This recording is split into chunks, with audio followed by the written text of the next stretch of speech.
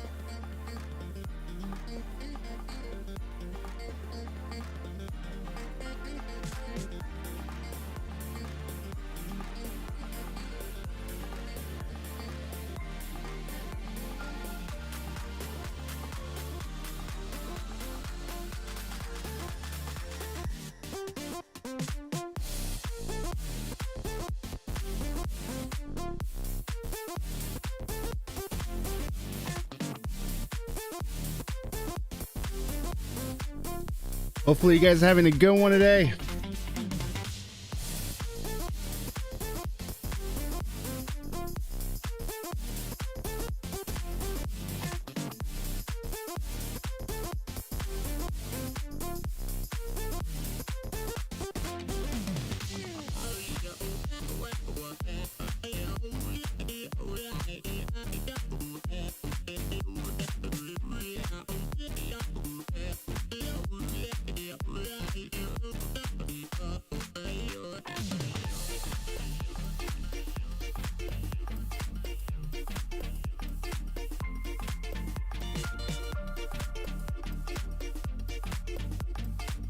So we already got some people in here. What up, Dreadnought? We got Nexus in here.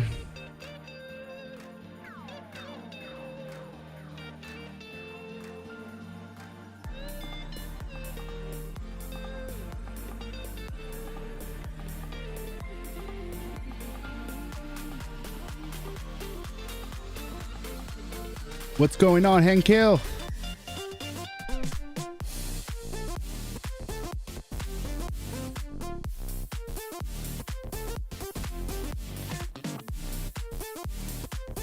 What's going on, Shawan Tabla?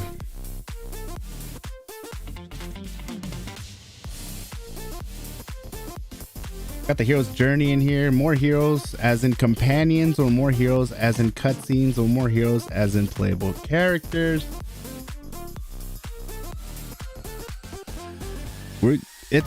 We're talking about NPCs, companions, mainly companions. They have made it very clear what route they're going to be taking from what we've been seeing.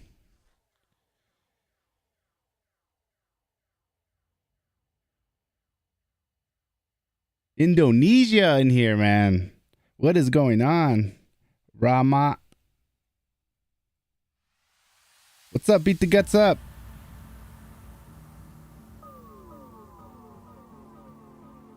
Hex, good to have you in here, man. Glad you can make it.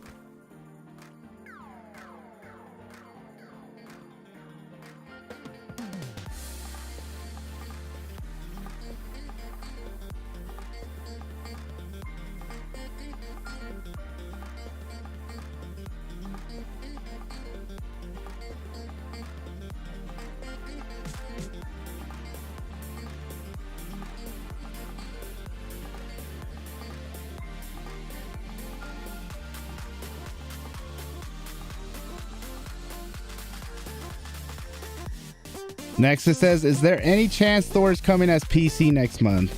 No. No. I know, right? You would think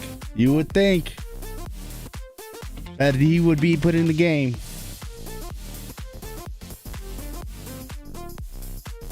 But I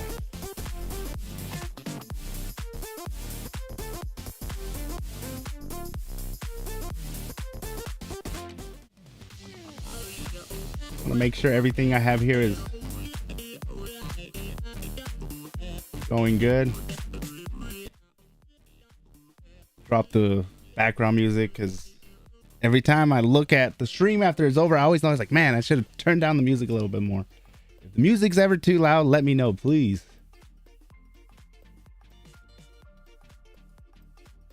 Thank you guys for coming in here. Dreadnought says, oh my god, if they add Thor and or Hulk as a PC, they would see way better numbers. They would, man. They would.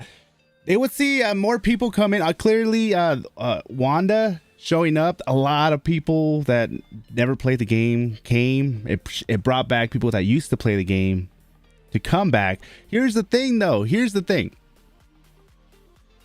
When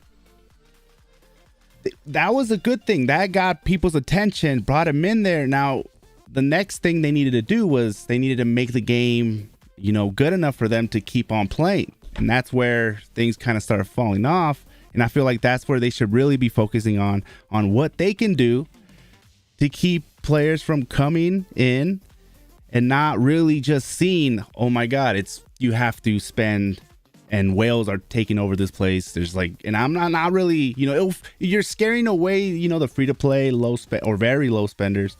And you want to keep on, you know, giving them the content that would keep them playing, because we're back in the drought. We're back in the drought and it's going slow. It's going slow and numbers are dropping again. And it's always like this. It's always a roller coaster. Update comes out.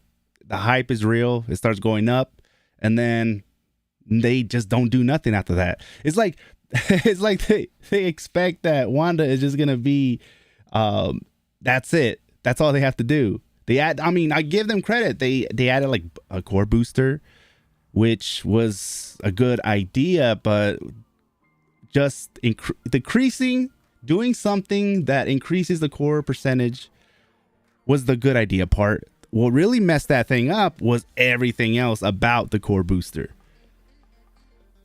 That's what really messed it up. And then people were already on the fence and the core booster was literally the last straw. They're like, they just couldn't take it anymore. Let's see. I just want to make sure the chat. Young Wolf, what's going on, man? What about Deadpool Wolverine as a new hero? I believe we are, this is what I believe. I really believe we will get Wolverine and Deadpool as playable next year. Deadpool, he is one, if not, he's guaranteed going to be coming in as a playable. If they don't make Deadpool a playable character and he's a companion, that's going to be, you're telling me Danny, one of his favorite heroes, is not going to be a playable character. You know that Danny's over there pushing for Deadpool to be a playable hero. And I think with the teases, him breaking that fourth wall, why would you not? It's definitely somebody that's going to bring so much. And they know. Wolverine also, and I'm saying next year because next year is when is the Wolverine game going to be coming around that time? But Midnight Sun's going to be coming out, and then Wolverine's in that as well. So Wolverine is starting to appear in games, back in games, and then I feel like he is going to show up in Savage Shadowland. He has to. You can't tell me you're gonna make Savage Shadowland not include the X-Men. I think they got some big surprises for Savage Land. The thing is this drought that we're in right now. This drought that we're in right now is gonna be it's gonna be long. It's gonna be brutal. I'm in there like I think I spent 20 minutes today just trying to do what my blitzes, a raid, some alliance raids, and then that's it. And I just like, all right, I'm done. There's this we will be going over the new event, guys. They added the they added a new event, guys. So we'll be talking about that and seeing what I think about it. What up, 7S? We got Metal Master 29. Does Danny actually play the game? I think he plays it like occasionally. I don't think he's like definitely like, you know, a try hard player. I think he, you know, obviously he plays it a little bit. I think all of them played a little bit, honestly, because we saw them when they had the live streams, when back when they used to actually put some good amount of time on their live streams, and they had those two was it one or two hosts, and one of the guys was playing it. It looked like he doesn't play it as much, you know what I mean? So I feel like he is going to then we stopped seeing that. Honestly, we stopped seeing that, and then Danny took over, which I feel like that was part of Netmarble just kind of cutting some loose ends and like trying to save money in spots. Like, okay, the game's not making what it needs to be making, so we are not going to be focusing that much on ads or these live shows, like, because we had to pay for a host, and they're just cutting corners. And you can tell that because the hosts for that did the live stream for Marvel Future Fight, they also disappeared. Well, actually, that girl was one of the half of their hosts was the one that was on ours. I forgot her name, but she left. And then the guy over there, which I don't know, but apparently everybody knew him for a while because he's been doing it. He also left at the same time. So something happened. It's not like they both just decided to leave at the same time. Like, no, I think they were kind of let go and like, hey, you guys we're cutting ties here, guys. We're cutting ties. Netmar was like already thinking about the Nino Kuni coming, and they were like, we invested. It's doing good in Korea, and when the US when it comes out everywhere else, it's about to go down. So $100 million Nino Kuni made. That's crazy, huh? That's crazy. Insane. You guys believe that? What up, action figure? Welcome to the stream. OP Gamer, what's up, my guy? How are you doing? Today I haven't played a game since Diablo been out. You are not alone, OP Gamer. You are not alone. There are a lot of players. We lost people from our alliance that just chose to go to Diablo, and this game, the way they make this game, you have to 100% invest in this game. You can't play multiple games when you play Marvel Future Revolution and you want to be competitive. You can't, because then you're gonna have to start spending a lot of money, because they're gonna be dropping companions like hotcakes. Okay, if you guys saw the thumbnail for this video, companions are going to be dropping. Why? Let me tell you. They are easy to make, and they will be dropping like crazy. Just mark my words, they're going to be dropping. This Marvel movie coming out, they already, you know, it doesn't take that long for them. It takes like 3 months to make a companion compared to 6 months for a hero, or it could be less, but it's way easier for them to make a companion, and that's what they're just going to be, looks like that's what they're just going to be going for. I'm calling it right now. Jane Foster companion. When they released Thor and Hulk as a companion at the same time,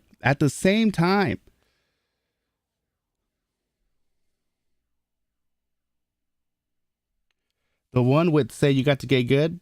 Oh, I forgot her name, but no, she's actually one of the devs of the game. I think she's one of the main devs of the game. It's the other one that was literally a host for the game, and I think that's what, you know, that's what they paid her for, to, you know, to be, you know, the face of the devs, or the face of the game, or something like that. Then Danny took over once people were, you know, because the community likes Danny, loved the Danny, chilling with Danny streams more than the streams that they were trying to give us. Like, the streams that they were trying to give us just didn't look like they were knowing what they were doing. What up, 420? Call me yo daddy. I think I giggle every time I read your name, 420. I don't know. I don't even know why I have to read the whole thing, but it just. What up, Sean? Kim, that's her name, Kim. The next hero needs to be an update for Storm. Yep. What up, head champion? Storm, she needs some love, man. She needs some love. Storm, I'm been playing a lot more of Storm because I still have her at 105. And what I'm trying to do here is I'm going to keep her there and I'm just building her up. And I am using her to go to Omega War. And I'm about 800k, 900k. And I think I'm just going to stop upgrading her and just keep her like that because I'm not one-shotting everybody. And I'm also not getting killed easily. And I'm having a good time. So that's probably the main thing that I still do in this game is just try to go into Omega War with my Storm right now. I used to do it with Wanda, but then I got to a point where I was one-shotting people. So I went to 110. And then when I went to 110, it put me with the whales. So I was like, shit. I was like, fuck, man, I should have stayed up. I wasn't ready yet. I thought 110 was still a different tier. I guess it's not. Well, at least in Sakar. Beta Ray build companion? Probably. Is Beta Ray the creature Thor looking one? I could be wrong. The way they implemented companions is going to kill the game. Yeah, man. We are literally going to... This game now is... I consider this game a companion collectible game. That's what it is. They said in the beginning, this is not a collectible game. This is not a Avengers. We don't want to make an Avengers game. This is going to be different than that. This is not going to be a collectible game, like a hero collectible, right? Well, it turned out to be a hero collectible. That's what it turned out to be. They clearly showed us that. And then to the point where they just out of nowhere just drop Kate Bishop. Character model looks real nice. I like it. But then I'm like, okay, I feel like there was nothing to do and you guys needed something to fill in that area, which leads me to the new update.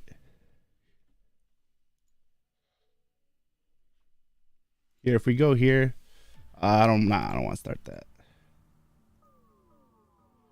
There should be a notice.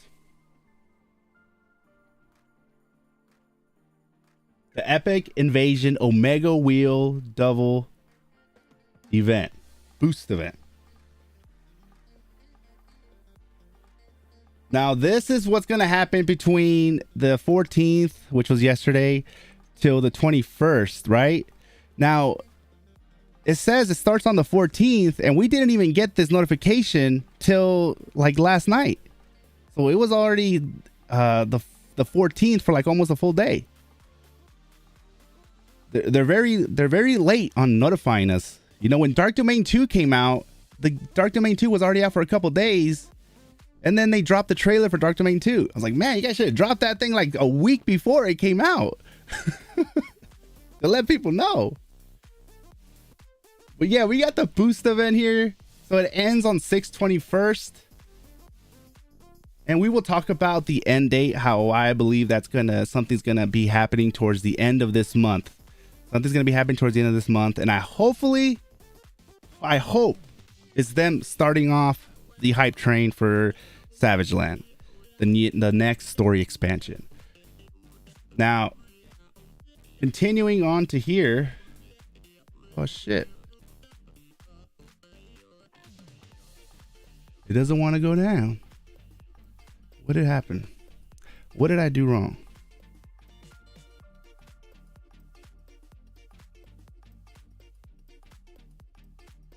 What up, Bishaw? Today in Dimensional Duel, before entering the room, I didn't get to enter. The match ended. Oh yeah, there was some some lagging issues or some real big bugs, and over the weekend, like I think it was Saturday night, Sunday night, and it got really bad. Like everybody started complaining about it. like CCC members jumped into the CCC channel and was like, hey, we need a, do you guys know what's going on here? Like, and they didn't even know what was going on. Wolvathor had to let them know.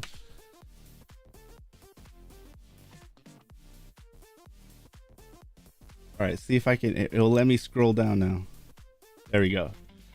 So right here it says Green's Ages Marvel Future Luciatine, same thing. But right here, are you enjoying the new epic invasion? Ancient Invader and the Omega Wheel event.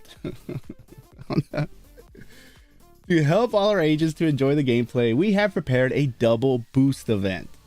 So grab the chance to receive the Master Archer's token by simply logging in during the weekday, and Ancient Invaders reward ticket as well. So you're going to be getting 100 Master Awards tokens, like 100 of them, and then reward ticket for the epic invasion. No special rewards await you during the weekend. Not only can you get the Master tokens, blah blah, and then it's just basically telling us right here what time is going to start and what time is going to end for each region that where you live. So if you go down here, it's telling us yesterday we got the first wave, which was 100 of the Archer's tokens and 1 reward ticket, and basically we're going to keep getting that. And then today, same thing. Basically log in to get these rewards. If you don't log in, you'll miss out, right? So this is part of, if you saw the video that premiered on my channel where we watch a CEO talk about all the ways they try to, you know, get you to make this into a habit, then eventually becomes a hobby. So that way the chances of you spending increase when it becomes a hobby. This, they need to give you something for you to come back, and this is another thing. Plus they don't have nothing going on, so there's like, let's just whip something up real quick and just let them have it. It's just 1 Archer's 100 tokens and then 1 ancient treasure box. So that is it. But this is what this is what's supposed to be holding us off until the end of this month. Okay, guys. So what do you guys think? The game is saved? The game is saved now. This is, you know, they dropped Kate Bishop. Holy moly, man. That was amazing. Then now they're giving us this. Man, they're so nice. They're so generous. This is amazing. What a time. What a time. What up, Tamal? We got a member in here. What's going on, man? Head Champion says Netmarble is the Loki of game developers.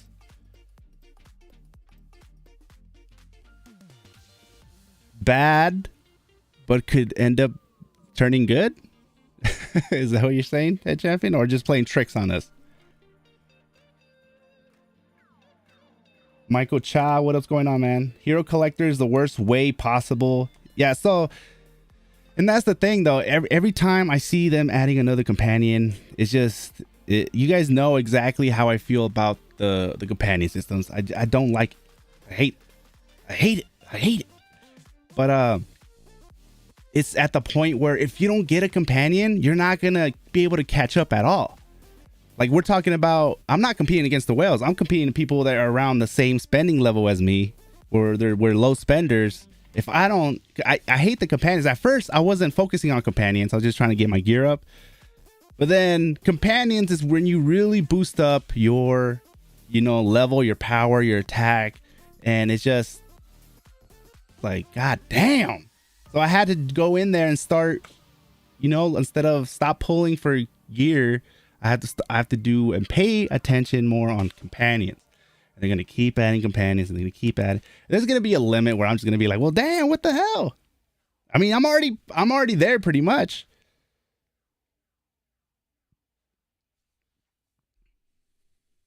What up, Jitesh? What's going on, man?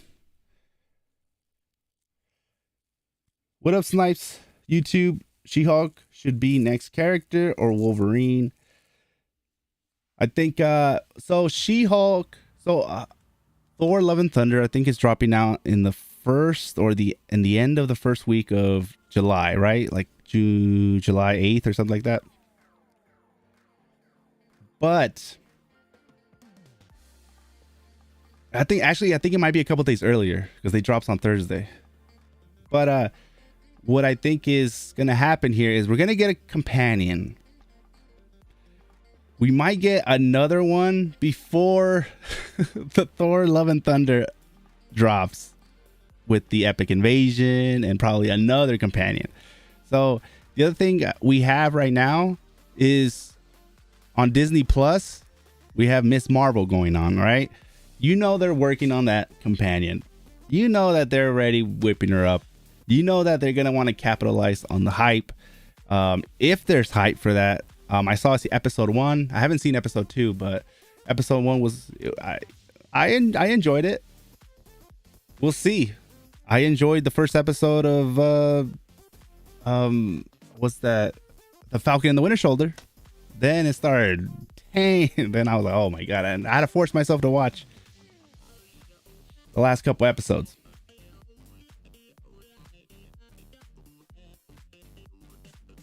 But yeah, then so they might drop Miss Marvel.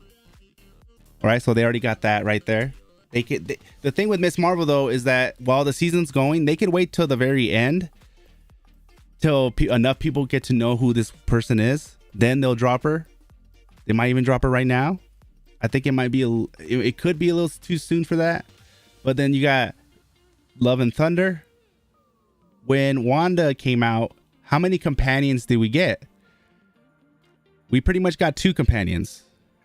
We got Wong and America Chavez.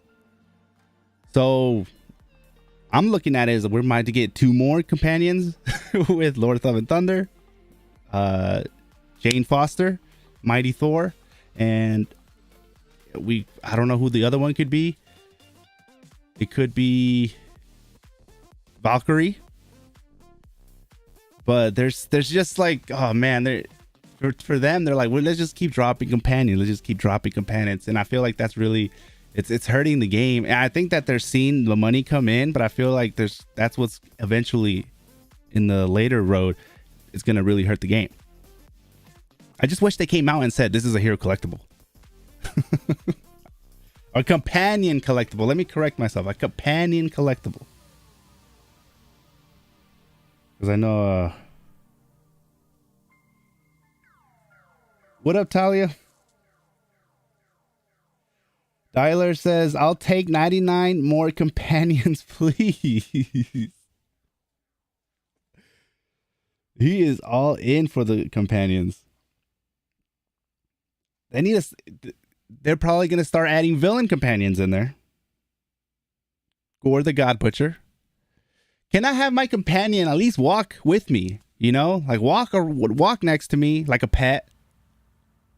That sounds bad to say, but like you know the pet system in other games where they follow you around. But this one, she'll do like basic attacks, right? She'll just do basic attacks, and then every 30 seconds she'll be able to use her special. But she's only usable in like PVE modes, like when you're single player, story mode, stuff like that. That's when you're only able to use her as where she can follow you. Because if you're able to do that in Omega War, then it's going to start looking like a mess. In Dark Domain, in Dimensional Duel, it will start looking like a mess. Yeah, the only way they can do it is if it's like if they just follow you around for like single player type of things, like when you do your just story, when you're doing your story, you can have her there with you, or he, whatever you have as a companion. And then when you do the like challenges, battle challenge, you can have your companion with you.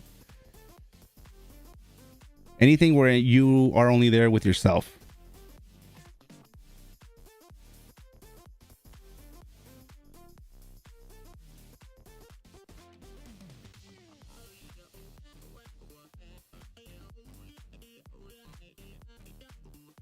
But companions add stats.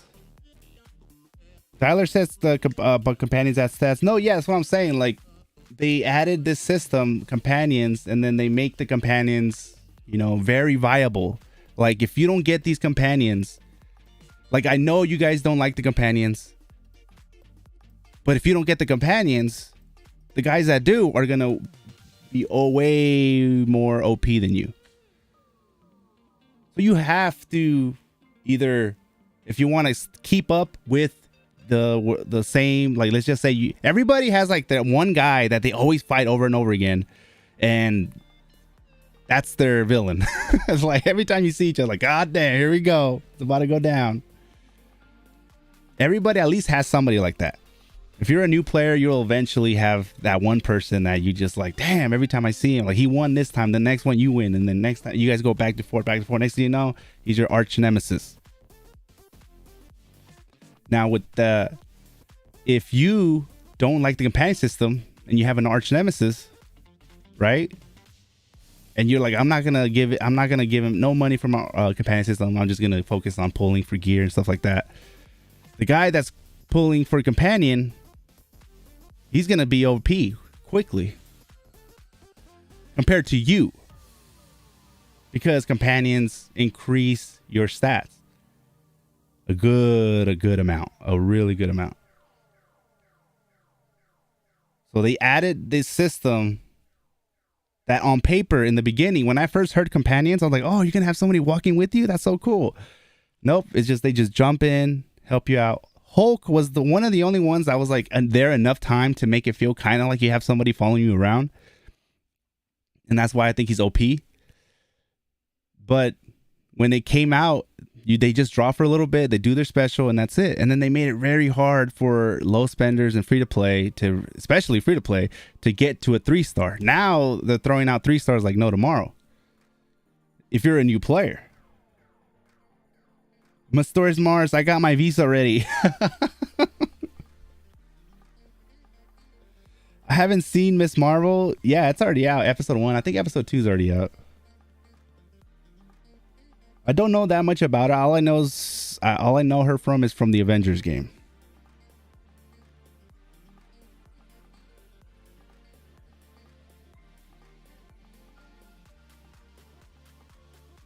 Do you think Armor Wars series means skins for War Machine companion or just another War Machine companion?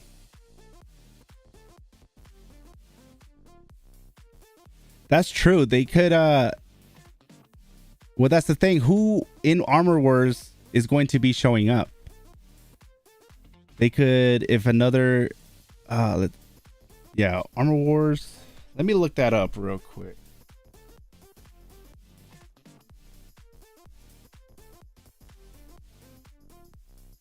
Because they're going to be dropping something, and there's already a War Machine. There's already a War Machine, so what is...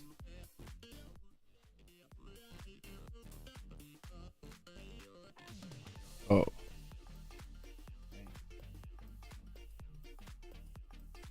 Let's look.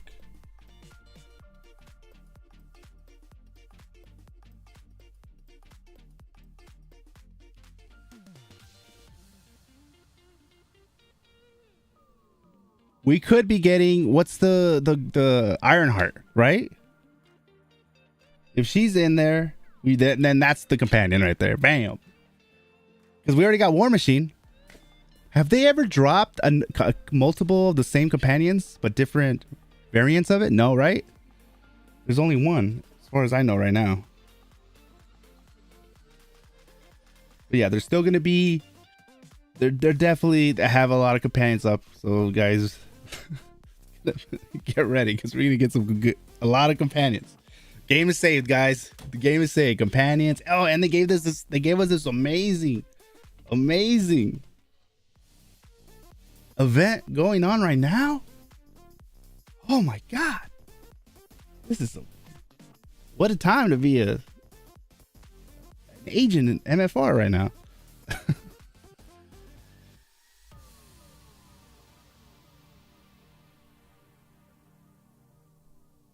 But yeah, guaranteed She-Hulk companion. They already got her probably locked and loaded.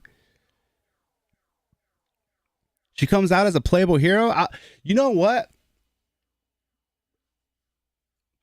If they could have her come out as a playable hero,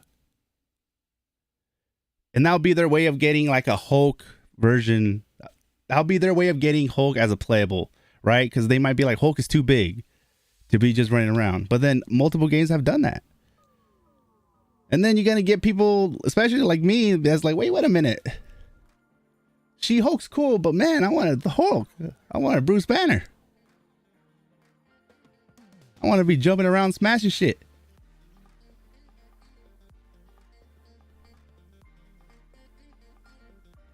And She-Hulk might have been their way of getting, could be their way of getting a Hulk to be as a playable, but it won't be the Hulk though. It will not be the Hulk. Jimmy Bridges. If we're going to have multiple companions, we should be able to use more than one. We can equip 4, why not use 4? That they in the future they might incorporate something like that. I think right now their main thing is they had a vision. And what they're doing now is, what you can see them doing is they're changing their game plan. Their original plan was Dark Zone was gonna be the shit.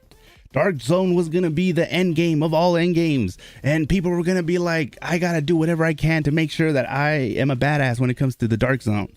And then Dark Zone started becoming ass doo-doo, and for low, the whales just kept one-shotting.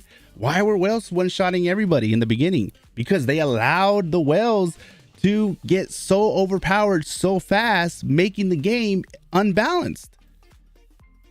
So when these new players, before they even got a chance to fully get to becoming addicted to the game, because that's what they're trying to do, they're trying to make you addicted. It's worked. It worked on me. But there's a lot of people that come in here and then they see and they get one shot and they're like, oh, hell no, fuck this shit. And then they see the rewards and then they put in their first, I bet you the first time they put in 10 hours, right?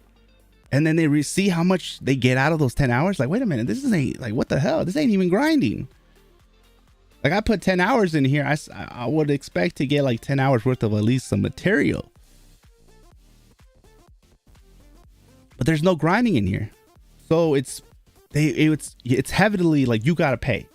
You gotta pay. And then if you want to be free to play, it's gonna be super hard. It's possible as a free to play. There's some people that I know that are free to play that are doing, you know, they're not like the best of the best, but they're doing good enough. And then we have some low spenders that are still around there. They're at the, like, they're not like the top, because when you're in the top, you have to start spending. You're in the top of the top. That's where all the mega whales are. They're swimming up there.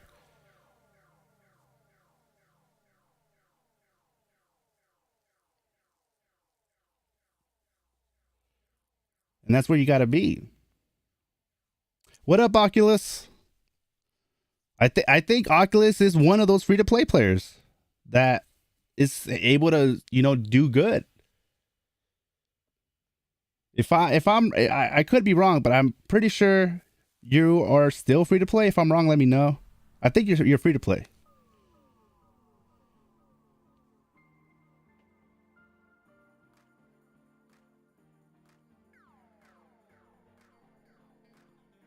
But yeah, it made this so unbalanced, and then the rewards, they're just being like, they're holding back, trying to give us like, you know, a good amount of rewards. And now we're not asking for them to give us so much rewards that we don't have to pay at all. Like, no, it's like, if you let us grind, I expect that the grind is going to take a while. Just like in Diablo Immortal, I can grind, but it's gonna the road for me to get to where I want to get is gonna be, oh my god, that shit's freaking far. I can probably never see the ending, but I'm able to grind though.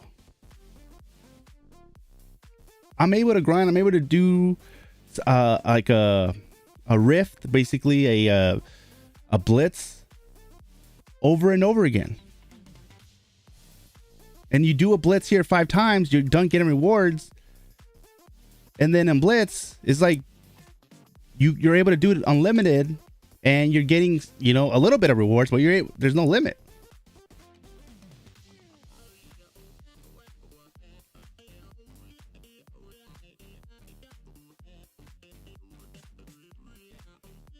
Mastora says Red Nano's game doomed from start. That's what them adding when the game first released, right, for the Omega War server,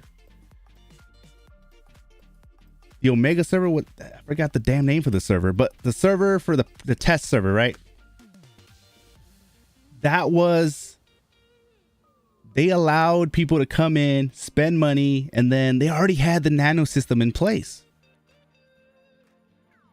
So people were already nanoing when nanoing should be saved till year number 2. There should have been no nanoing till year number 2. What happens when you get 6 stars, a full set of 6 stars for your main, right? Well, then you start building your other hero.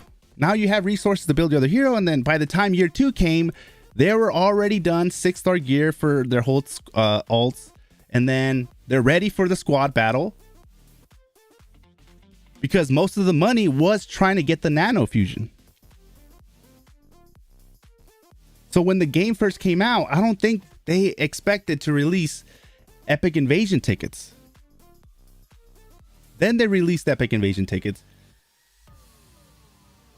Because the way everything was going, Dark Zone is like, okay, Dark Zone's not the thing that's going to be keeping people playing, because the end game in Dark Zone is just not worth it to some people, a lot of people. So we need to make something that people are going to enjoy playing in the end game, and they're also going to be getting rewards, right? So they're going to be like, all right, we need to change everything and let's start putting more PvE content. And I feel like doing that while you already have a plan and then having to do like a 180 to another direction is why they're just so busy. And they probably have a small group of people, because Netmarble is using most of their resources on their blockchain games like Ni no Kuni. Why? Because Ni no Kuni just made 100 mil before Netmarble.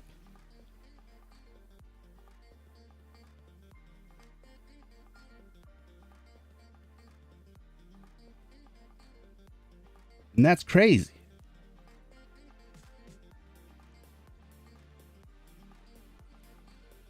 Oculus says there are only 2 PvP modes in this game and 6 PvE modes. We need more PvP modes, not PvE modes.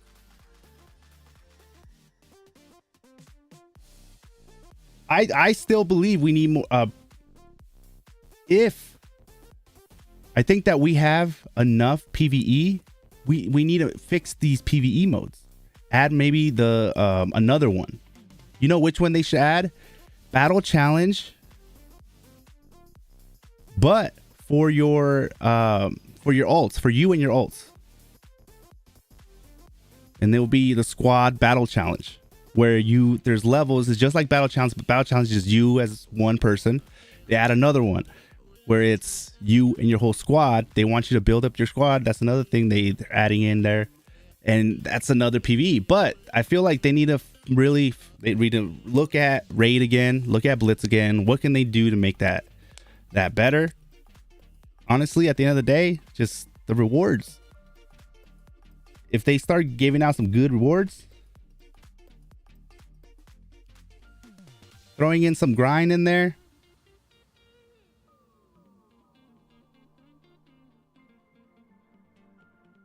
what up, God Slave? No is dog shit. Nino? I think you're talking about Nino, right?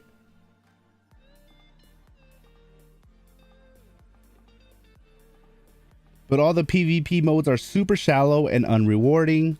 So technically 0 PvP. That's the thing though. Okay, so like Oculus said, there's like, when you have it on paper, it looks like we have enough PvE. It's the fact that these PvE modes are that they're just not fun. Special Operation, I'm forced to do that, man. That's the one I'll skip that. It's not it for me. They need to do something to change it. I feel like having the same power as everybody else, that's a good idea. It's the mode, like the challenge. What is it? They need to work on that. And the rewards for what rewards? What up, Joshua?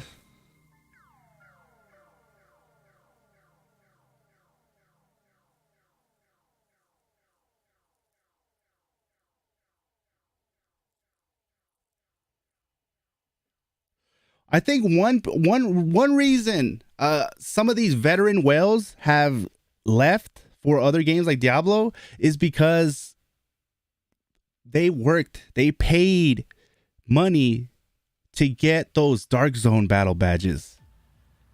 Those, you know, Omega War badges, right? And now they release Epic Invasion badges that just, the Dark Zone badges don't work anymore.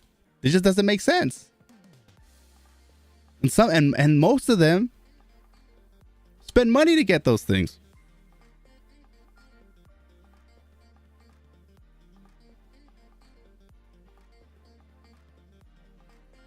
Hero's Journey says, damn, whales ruined Dark Zone for me.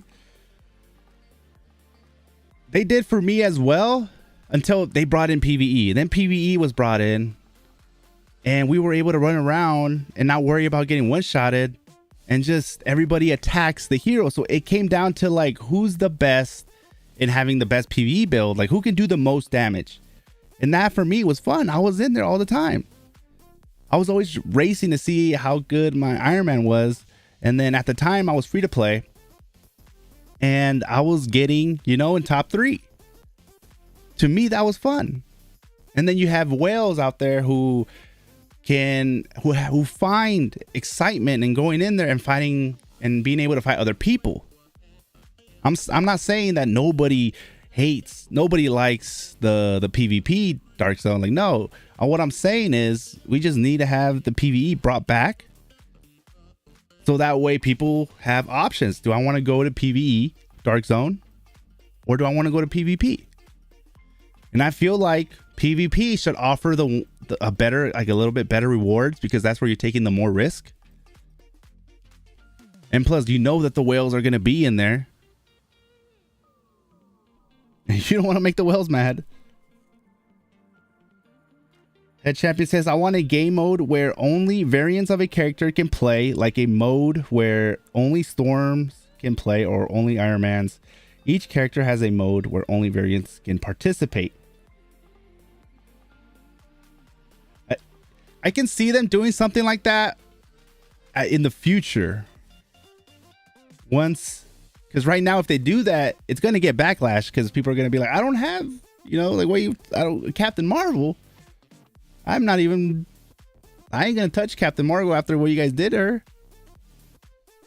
But if they know that everybody already has, if they fix the fodder system where we are actually able to build our guys a little bit enough to build our, you know, damn, what is that word? Brain fart. Alts. That's what it is. Enough to build our alts? Hell yeah. And I'm not saying drop like 3-star regional gear. I'm not saying give us like special gear. No, special gear, especially special gear, should be still rare. That's something that whales should be able to have, and it's going to be very hard to get as a low spender and free to play.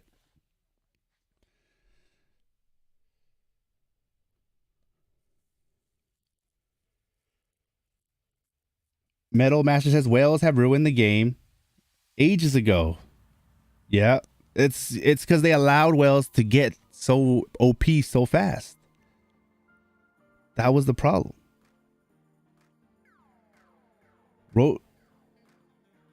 Talia says rotate all blitz modes to 120. That's true. I think they should have the blitzes the way they have them, but then there's going to be that weekly blitz where they grab one of the easy blitzes that we don't really go in anymore, and then they bring it in and it's now hard. It's like 120. That would be really cool.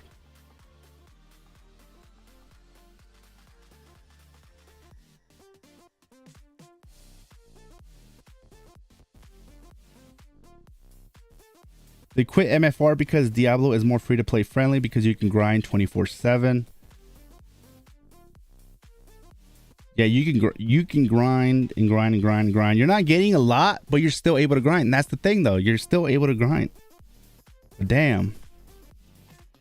But if you want to be like the best of the best, you got to spend hundreds of thousands of dollars. But that's only for people that want to be the best. For me, I'm a casual player in that game.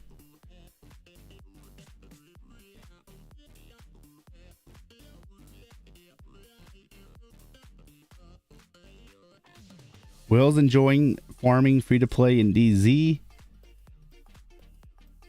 I think whales should have, if whales just fight other whales nonstop, it's you know, for them, they're able to hang in there and compete. But then a lot of them get that rush when they just one shot people and they're like, yeah, I feel like a god. That's why, you know, money well spent. I'm one shotting people like crazy. So that's why they need free to play to be around there. We're just targets.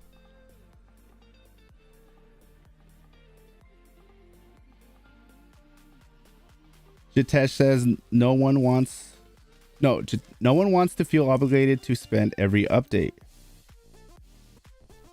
Yeah, because they're dropping the companions. We're getting companions drop real frequently. And to get a companion, like if you are whaling, right? If you're a mega whale and you are like, you have to have it all. If you can afford the money that it takes to get a companion all the way to 6-star and then fully nanoed, you know what I mean? Or there's probably some mega whales that are like, damn man, I can afford it, but you guys are just pushing it now.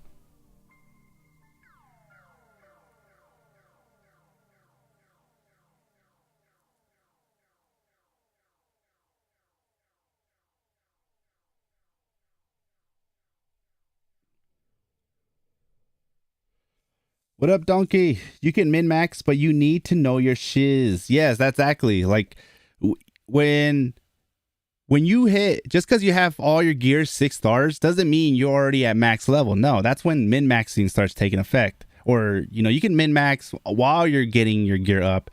And just min-maxing is moving stuff around. That way you can increase your stats.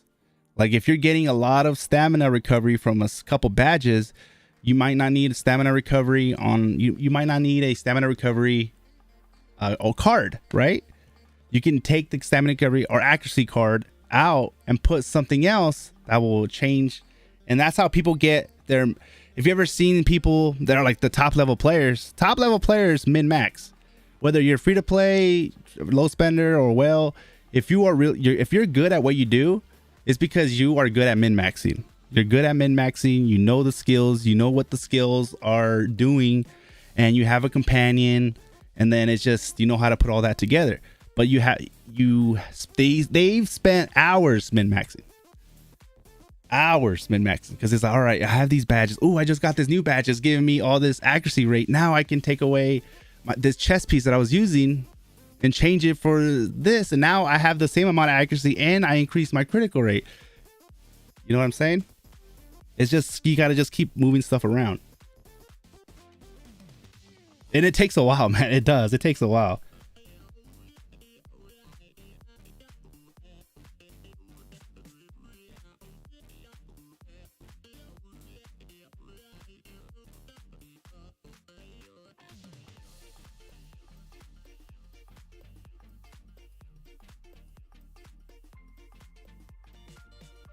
Larkade says, I feel bad for new players to explore DZ for the first time and just die 20 times or more in the first 5 to 10 minutes in the area.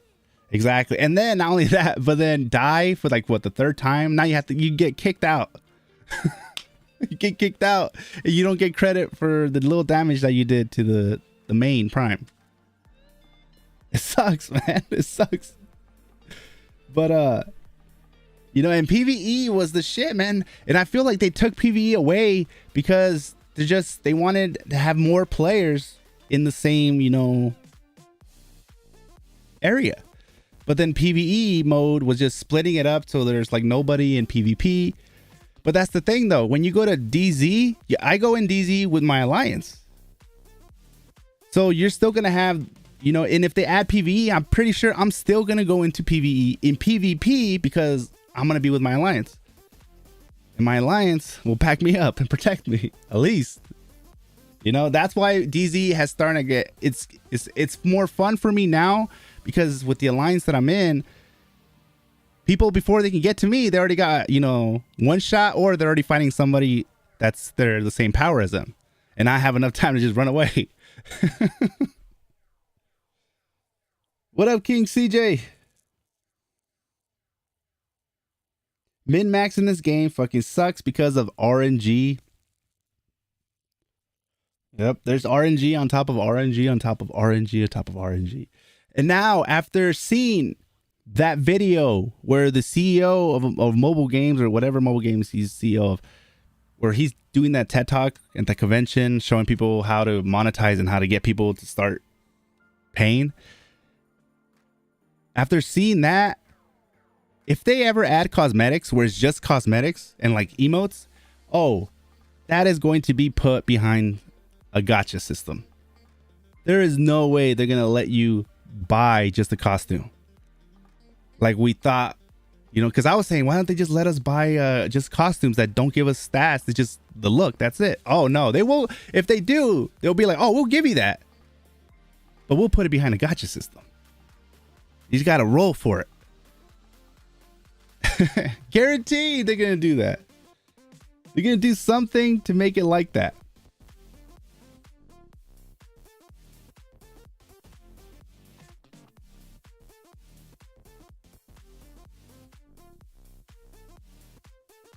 Donkey Punch says, I don't do DZ, so it's late for me. I only get called in when people attack us. I literally get pinged. I think that is I experienced that one time with my alliance, right?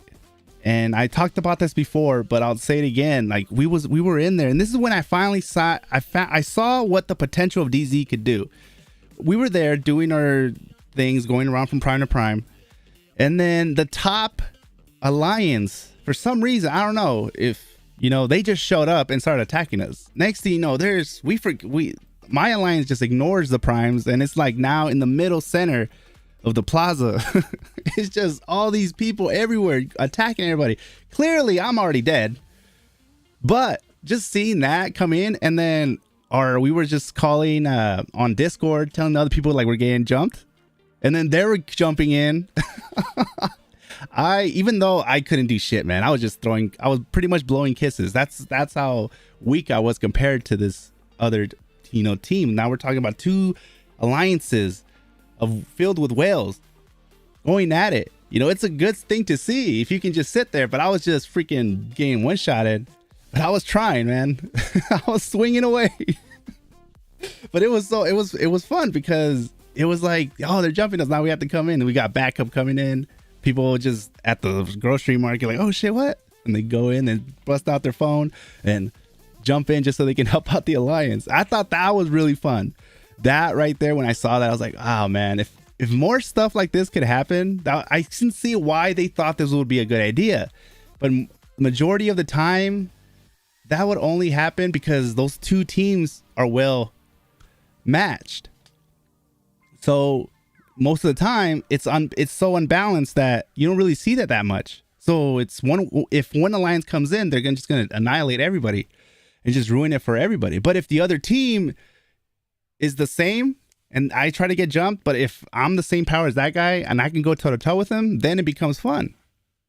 But it's so unbalanced.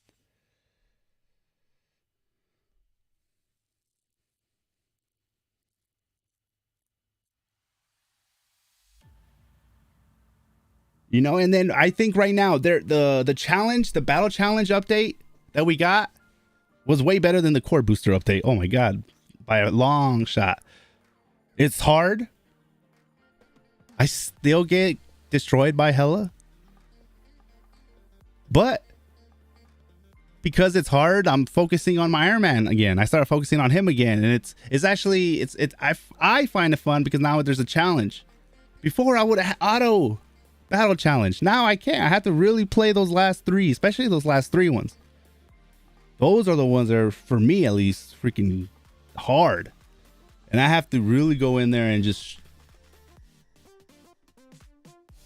try use the enhancers, change skills around. Like for me, it's, you know, it's a challenge. I like it. I think the battle challenge update was much needed. and it definitely improved it. Now whales have, and you can even make it even harder. So that is for the whales. They have something where it's very challenging for them, but they get rewarded like by getting a higher points.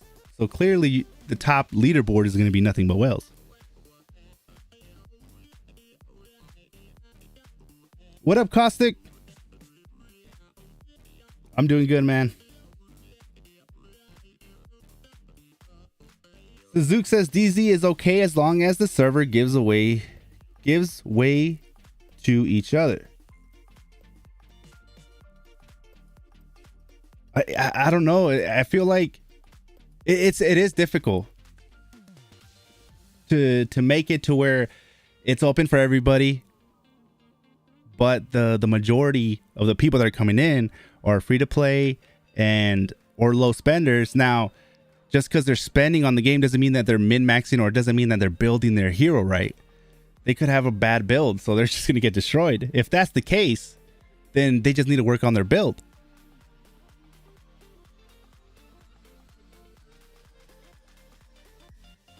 Because I believe if you know how to build your hero, you won't have to spend. The only reason you'll spend is to progress faster. But I see some free to play that build their guy pretty good, and they're doing some work, but that's just very rare. But it's possible. I'm not saying they'll destroy whales. Like, no, they'll just do good enough to survive and do good enough to, at least make it challenging for somebody that's trying to just destroy them.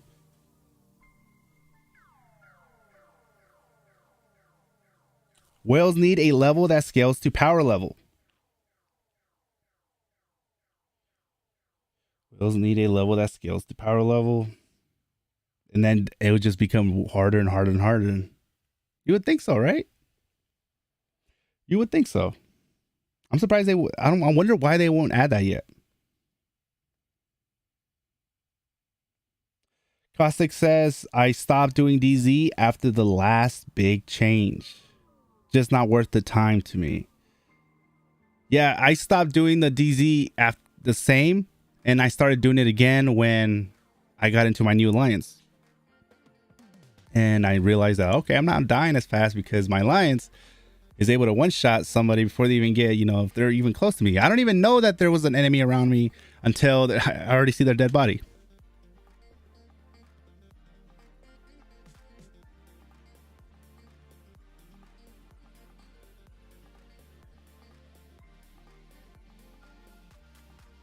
What up, Cat Daddy? The politics between the clans annoys me about DZ. Just get in there and fight it out. DZ isn't supposed to be a friendly place. If they wanted that, they'd bring back PVE. I agree. I think that when you're in PvP, it's every man for himself.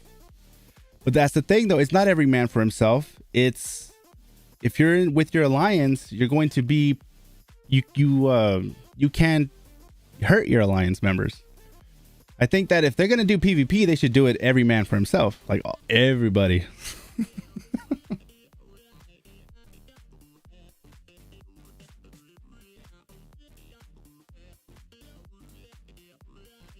Larcase says, I have friends that are whales, but just tired to one-shotting anyone. Instead, they help new or low experienced players. See, now we need more players like that. But I can see why it gets tiring one-shotting, because perfect example would be when me and Scarlet Witch in level 105, in the beginning, I was having fun because I wasn't dying and I wasn't one-shotting people. And then I was like, finally, for the first time, I'm going toe-to-toe with somebody in Omega War and running away because I'm one shot from dying and then getting killed at the very last second.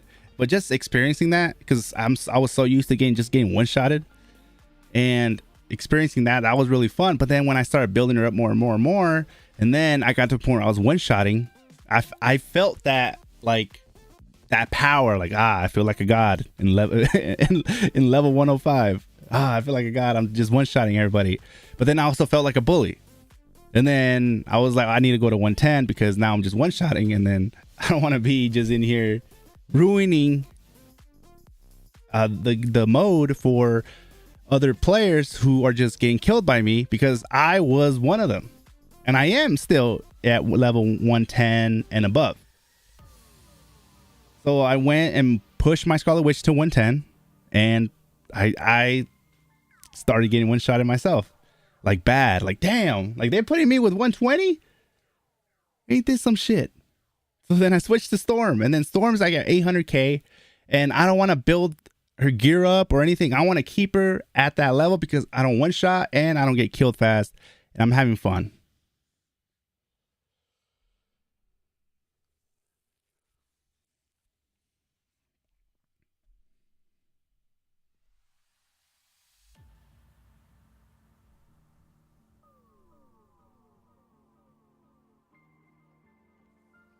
But yeah, I don't know what's their plan here.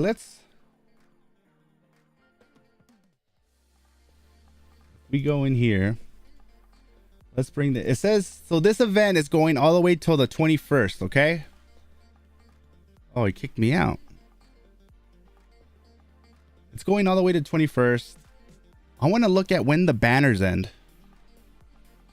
If the banners also end on the 21st, then we're getting something. Something's dropping on the 21st.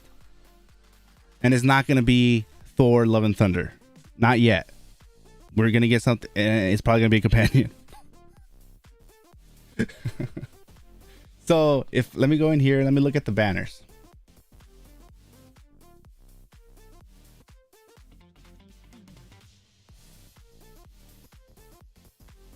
Six days and 10 hours. When does this end? 6 days, 20. Today's the 15th. What do you know? It ends on the 21st. These banners, is it just this one? Let's see, costume. Let's do Omega cards. 6 days, 10 hours. 13 days. Ah. Okay.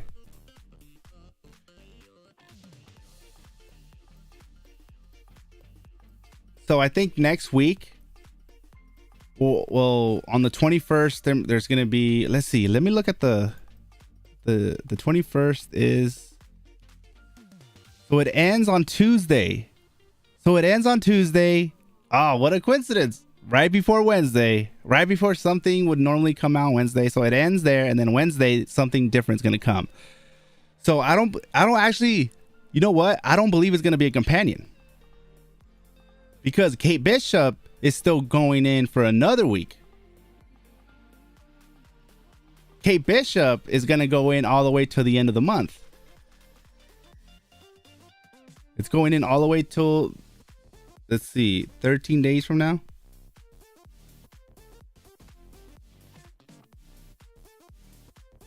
Yeah, it's going on the way to the end of the month. Like on the 29th and 30th. So once that ends, I feel like then in the next week, right when the Thor Love and Thunder comes out, that's when we're gonna get the companion, another companion. So I feel like we might not. It's this whole companion every week. I don't think we're gonna get another companion. She's still gonna be going on for 13 days. Once her time is down, I think this is the countdown for the next companion.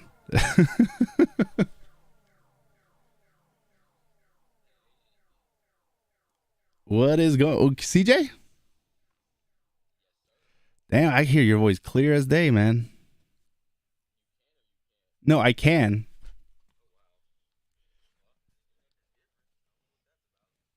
Hold on, let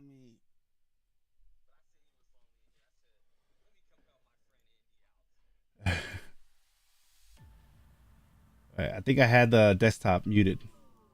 Oh, this man. All right, now people can hear you. Do you think that we're gonna get a companion after this 13 days of Kate Bishop banner ends? I feel like I think that is gonna end right where Thor Love and Thunder is probably gonna start getting promoted. I dare say it's gonna be Jane Foster too. Yep. We already got Marvel's Avengers game telling us that the next playable is gonna be Jane Foster. So they got the okay from Marvel to add Jane Foster in there, and I'm pretty sure MFR has got the old green light as well. Here's my thing. I don't have an issue with the campaigns themselves. I just feel like there can be ways to tweak around it. Kind of like what Oculus was saying. He was saying that we already have like a lot of PVE and only like a couple PvP. Yeah, but it's a mobile game. Like, companies don't really care about actually fixing PvP because people are going to like spend on PvP regardless. Like I told people in the very beginning, what we have is what we have. You're not going to see another Omega War map for about 2 years. The Alliance Omega War map, you're probably not going to see another one for 4 years. As long as people keep spending on PvP, they're not going to touch it. That's true. As long as they have whales going up against whales. Yeah, exactly. As long as they're fighting each other, trying to outdo them. You know, there's people out there that are like close to being the #1 Captain America. That's why you had that little emblem on top of your head for being the most powerful hero of like the Captain Americas are the #1 out of all Captain Americas. They had the little symbol on top. Yeah, that's why they put that in there. In the chat, and I seen what Caustic said. Here's the. I just want to bring this up right now because it's about like having companions in PvP.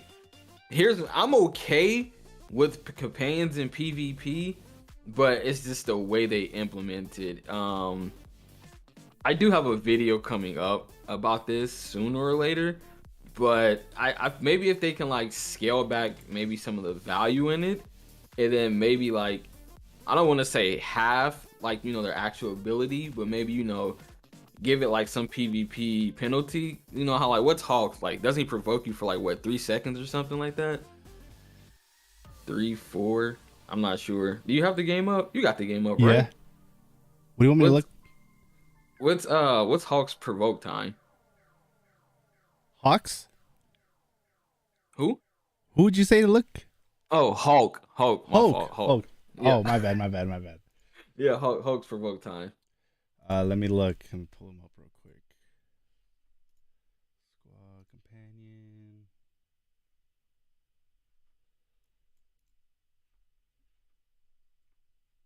Some PvP penalty. Your stream is like late on mine, so I don't know if you looked already.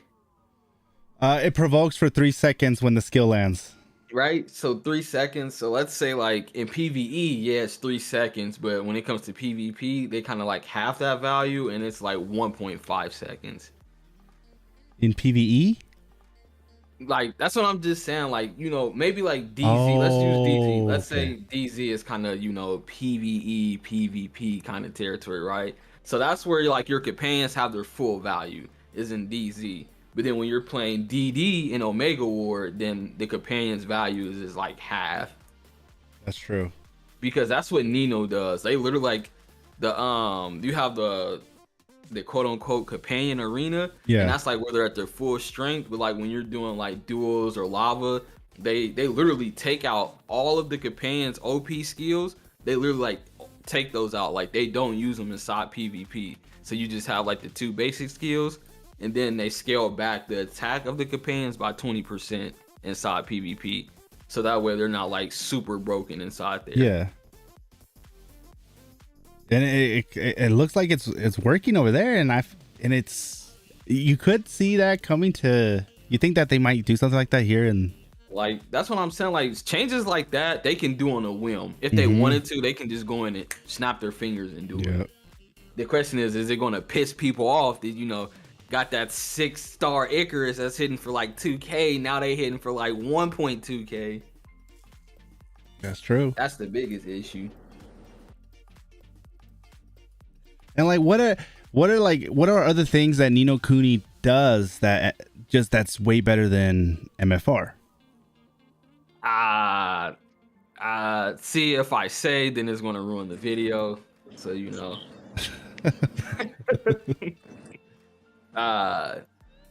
yeah, I can say I can hit on a topic that I didn't hit on in the video. I think one thing that they do good in this game is kind of like the dailies. Because the dailies actually like just gives you an option of, you know, do you want to skip the dailies and just instantly get all the rewards, or do you want to actually play it? So I think that's a good one. Say it saves time, so that way you can get on with the regular story mode. So you have an option to just skip to automatically do all the dailies and just get the rewards. Yeah, if you have the gold. If you don't have the gold, then you pretty much have to do so basically it's like, if you have enough gold, you can just pay to quickly get all your dailies done. Yeah. Or So you don't have to use your gold and you just manually do your dailies. Yeah, you can manually do the dailies. That's interesting. What if would that be a good thing that the MFR could add? I think because as long as we have the free to play route of like, we can grind it, and then there's people that are like, hey, I'll spend some gold so I don't have to grind it. Hey, that's on you. You hear so many people say that, you know, doing the dailies is so tedious. How many people do y'all know that say, man, I don't even do the dailies no more? Like, yeah, I don't do 100% of the dailies. I don't even do special operations that much. I just spend most times, like today I spent like maybe 20 minutes, and then I jumped into my free to play account in the Hydra server, and I'm just playing on this one just to level up this account. They do that and I'm gone without hesitation. Are you talking about the paying gold, Cat Daddy? Just to get your dailies done? What happened? I'm sorry, I went to go open up the door.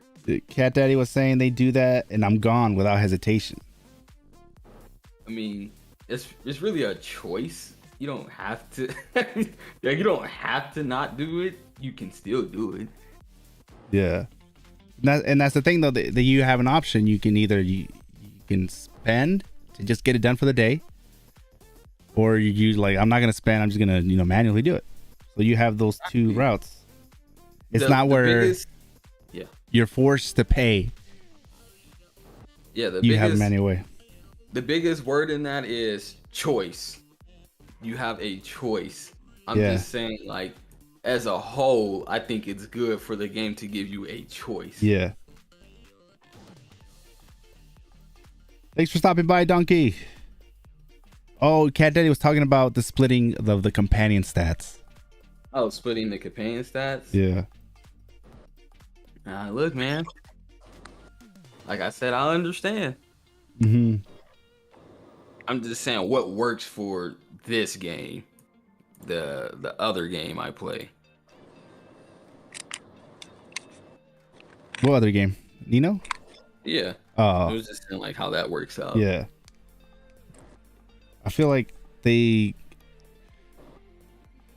don't have to necessarily, like right now, they don't have to add a PVE, but they're going to be, I know actually SQAUD PVP is not PVE, it's a PvP mode. PvP. But as long as an easy way, because people are like, oh, we need more PVE modes. Like, well, the first thing I would, if I was Netmarble, that will save us time and money, would be to just fix what we already have. Fix the blitzes, like just tweak it to where it's, enough to where, the rewards are better. It's more challenging. There's a rotation system. Here's the problem with that, dude. Oh, Godslay, what's going on, man? What's up, man?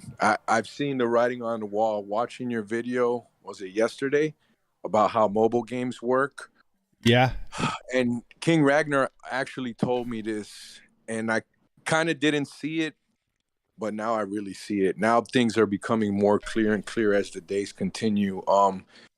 The way that they fix the game is they basically sit down and say, we need X amount of dollars to provide them with X amount of content. How can we produce X amount of dollars? So this whole equation destroys what we as gamers, not as a community MFR, none, but as gamers want to experience, which is fun, rewarding. It kind of just that's why there's so much hate against pay to win. because it really does destroy the game in many ways. And because you can't have it where it's too much fun or too much rewards if you're trying to make money.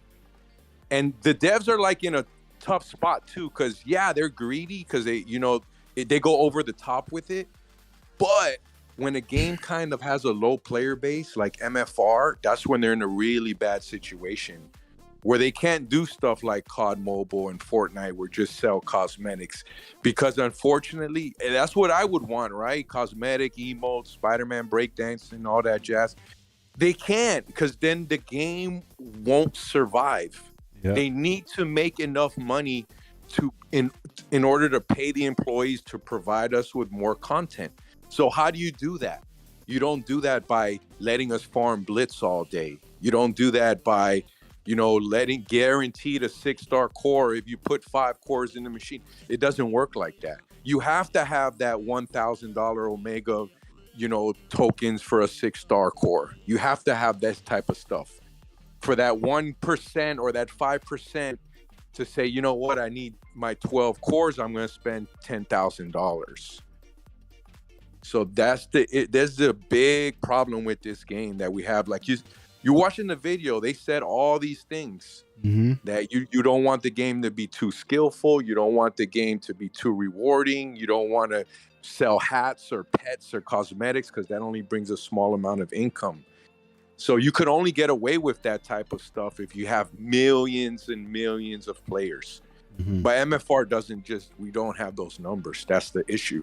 So the only thing they can do, this is unfortunate, but we kind of already see it happening.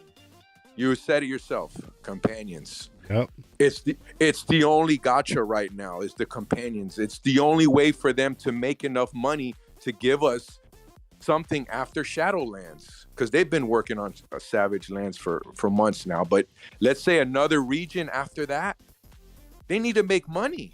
How are they going to make the money? Companions. It's the only way. I can see it. I can see that actually being the reason. That probably is what's going on right now. That's exactly what's going on. I mean, you could see it. Every update, just companion. I mean, it's obvious. Yep. At this point, it's pretty obvious. And they're becoming stronger and stronger. Like you said, Hulk and then Chavez. And next thing you know, maybe for Jane Foster will be or She-Hulk or Miss Marvel. One of those might be the latest and greatest. And that's going to cost one guy. All it takes is that one guy. It's going to cost that one guy $5,000 to get all Nano's 6 stars on there because he had bad luck. Because it's RNG. Remember, you can't flat out buy it because it takes 5 times the effort or the money to get it if you could just flat out purchase it. That's true. They don't want you to be able to purchase free to it. play right now, by the way. You're not even doing the battle pass? I gone 100% free to play. I did spend over $100 on Diablo, and I got the emergency break on there too. I'm not trying to I'm not gambling, period, but I'm not trying to even spend more than $50 a month on any game, period. Because it's true, at the end of the day, it's like that video we saw. It's immoral, dude. At the end of the day, it's bad. It's just bad overall. Bad. It is. I mean, but that's the route that all these mobile games take. And if you're gonna go down that route, there's obviously a good way of doing it, even though the good way is still bad to a lot of people. But there's a way where you can do it and you're making revenue and stuff like that. Kind of like what Diablo Immortal and Ni no Kuni are doing. Nah, they're bad too. Those games are terrible too. The only good way to do it is what Call of Duty Mobile and Fortnite are doing. You sell only cosmetics. You don't have no pay-to-win mechanics. Gamers in general don't have a problem with supporting devs, buying, like subscriptions or buying cosmetics. It's the whole pay-to-win thing. But look in that video. See, you know why they removed the PVE out of the Dark Zone? That video you said explained it. Because for a dev team, their number one goal is to get 2 whales to fight over each other. Yeah. And that's exactly what Netmarble did right. They did it better than anybody. because they have alliance in the DZ. It's not even one guy. It's 50 versus 50. Mhm. So they got 50 whales to fight against 50 whales. And they did a good job. I'm not going to lie. They did an amazing job in being able to manipulate and trick the players. In other words, that's all it is. At the end of the day, it's just a business move. Because if you remove the pay to win, you would have the same outcome with the toxicity and all that. But you would have a better game, period. Because then you would have more people in there and it wouldn't become personal, where I'm fighting against Tony and Tony's fighting against me. You know what I mean? Yeah. Because I would see Tony one time and now never see him again. Yeah. Just like in Call of Duty, where you run into the racist guy or the guy slurring all these bad things in the chat, but then you never see him again because there's a million other players. But it is what it is, man. For me, this is like a learning experience. It's not MFR, it's just mobile games. Mhm. It's just mobile, period. I'm not pointing a finger at MFR. It's all mobile games, including Diablo, has this issue with loot box gambling and pay-to-win mechanics that ruin the game, because he said it himself. You don't want the game to be too skill-based. And I've been saying that. That's why I've been saying people get mad at me for saying that MFR is very little skill. You can have a guy who's a brain dead player one-shot you because he spent 20 grand and you're a very skillful gamer. Yeah, but it's true. Yeah. There is built like that for a reason. This is a good and bad thing depending on how you look at it. Yep. Some players don't have the time to get good and they want to enjoy a game. Hey, that's why they do it. Some of them, not all of them. Some of them want to mid-max. Some of them just enjoy the bully side. Like you said, I feel like a god. I one-shot everybody. I felt that way before. I admit it. Yeah, I got my first experience of that at level 105 Omega War. Like, I can see why people would do that for that feeling of like just feeling like a god. But then you also come out as a, you come out as a troll, and then it just like how level 120 was ruined for me because I just kept getting one-shotted. And the way for me to be able to get to where I need to get, so where I don't die that much in Omega War, it would need me to start spending some money. We wouldn't have this problem if we had so many players, man. I think that's one of the biggest problems, man. And I feel like in the beginning, that's when they had all these, they had the attention, they had the players, like, and what happened is the nano fusion, the whales were able to get too strong way too fast, and they just made it unbalanced. I would argue that they didn't have the players, and the nano was there for business purposes, not out of greed, but to save the game.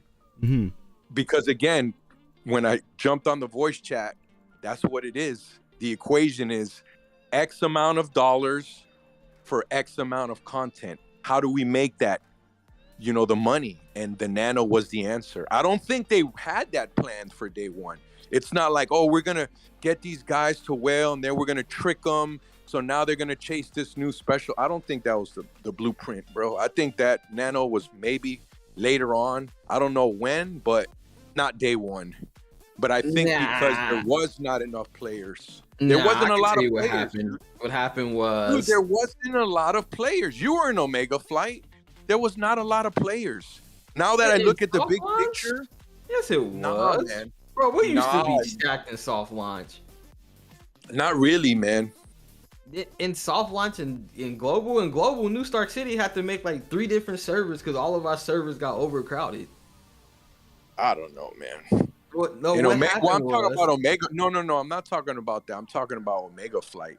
Because Omega Flight, you could say that was like soft launch and beta, and it was, but I think that was the problem. Because look, like a game like Diablo Immortal, it dropped because they had a closed beta, right? That's what MFR should have had, a closed beta. But when they had that open beta like that, then you're running into the same guy all the time. And then that's where everything looked like it was just so small. The biggest issue was all the nerfs in soft launch. Like, come on, bro.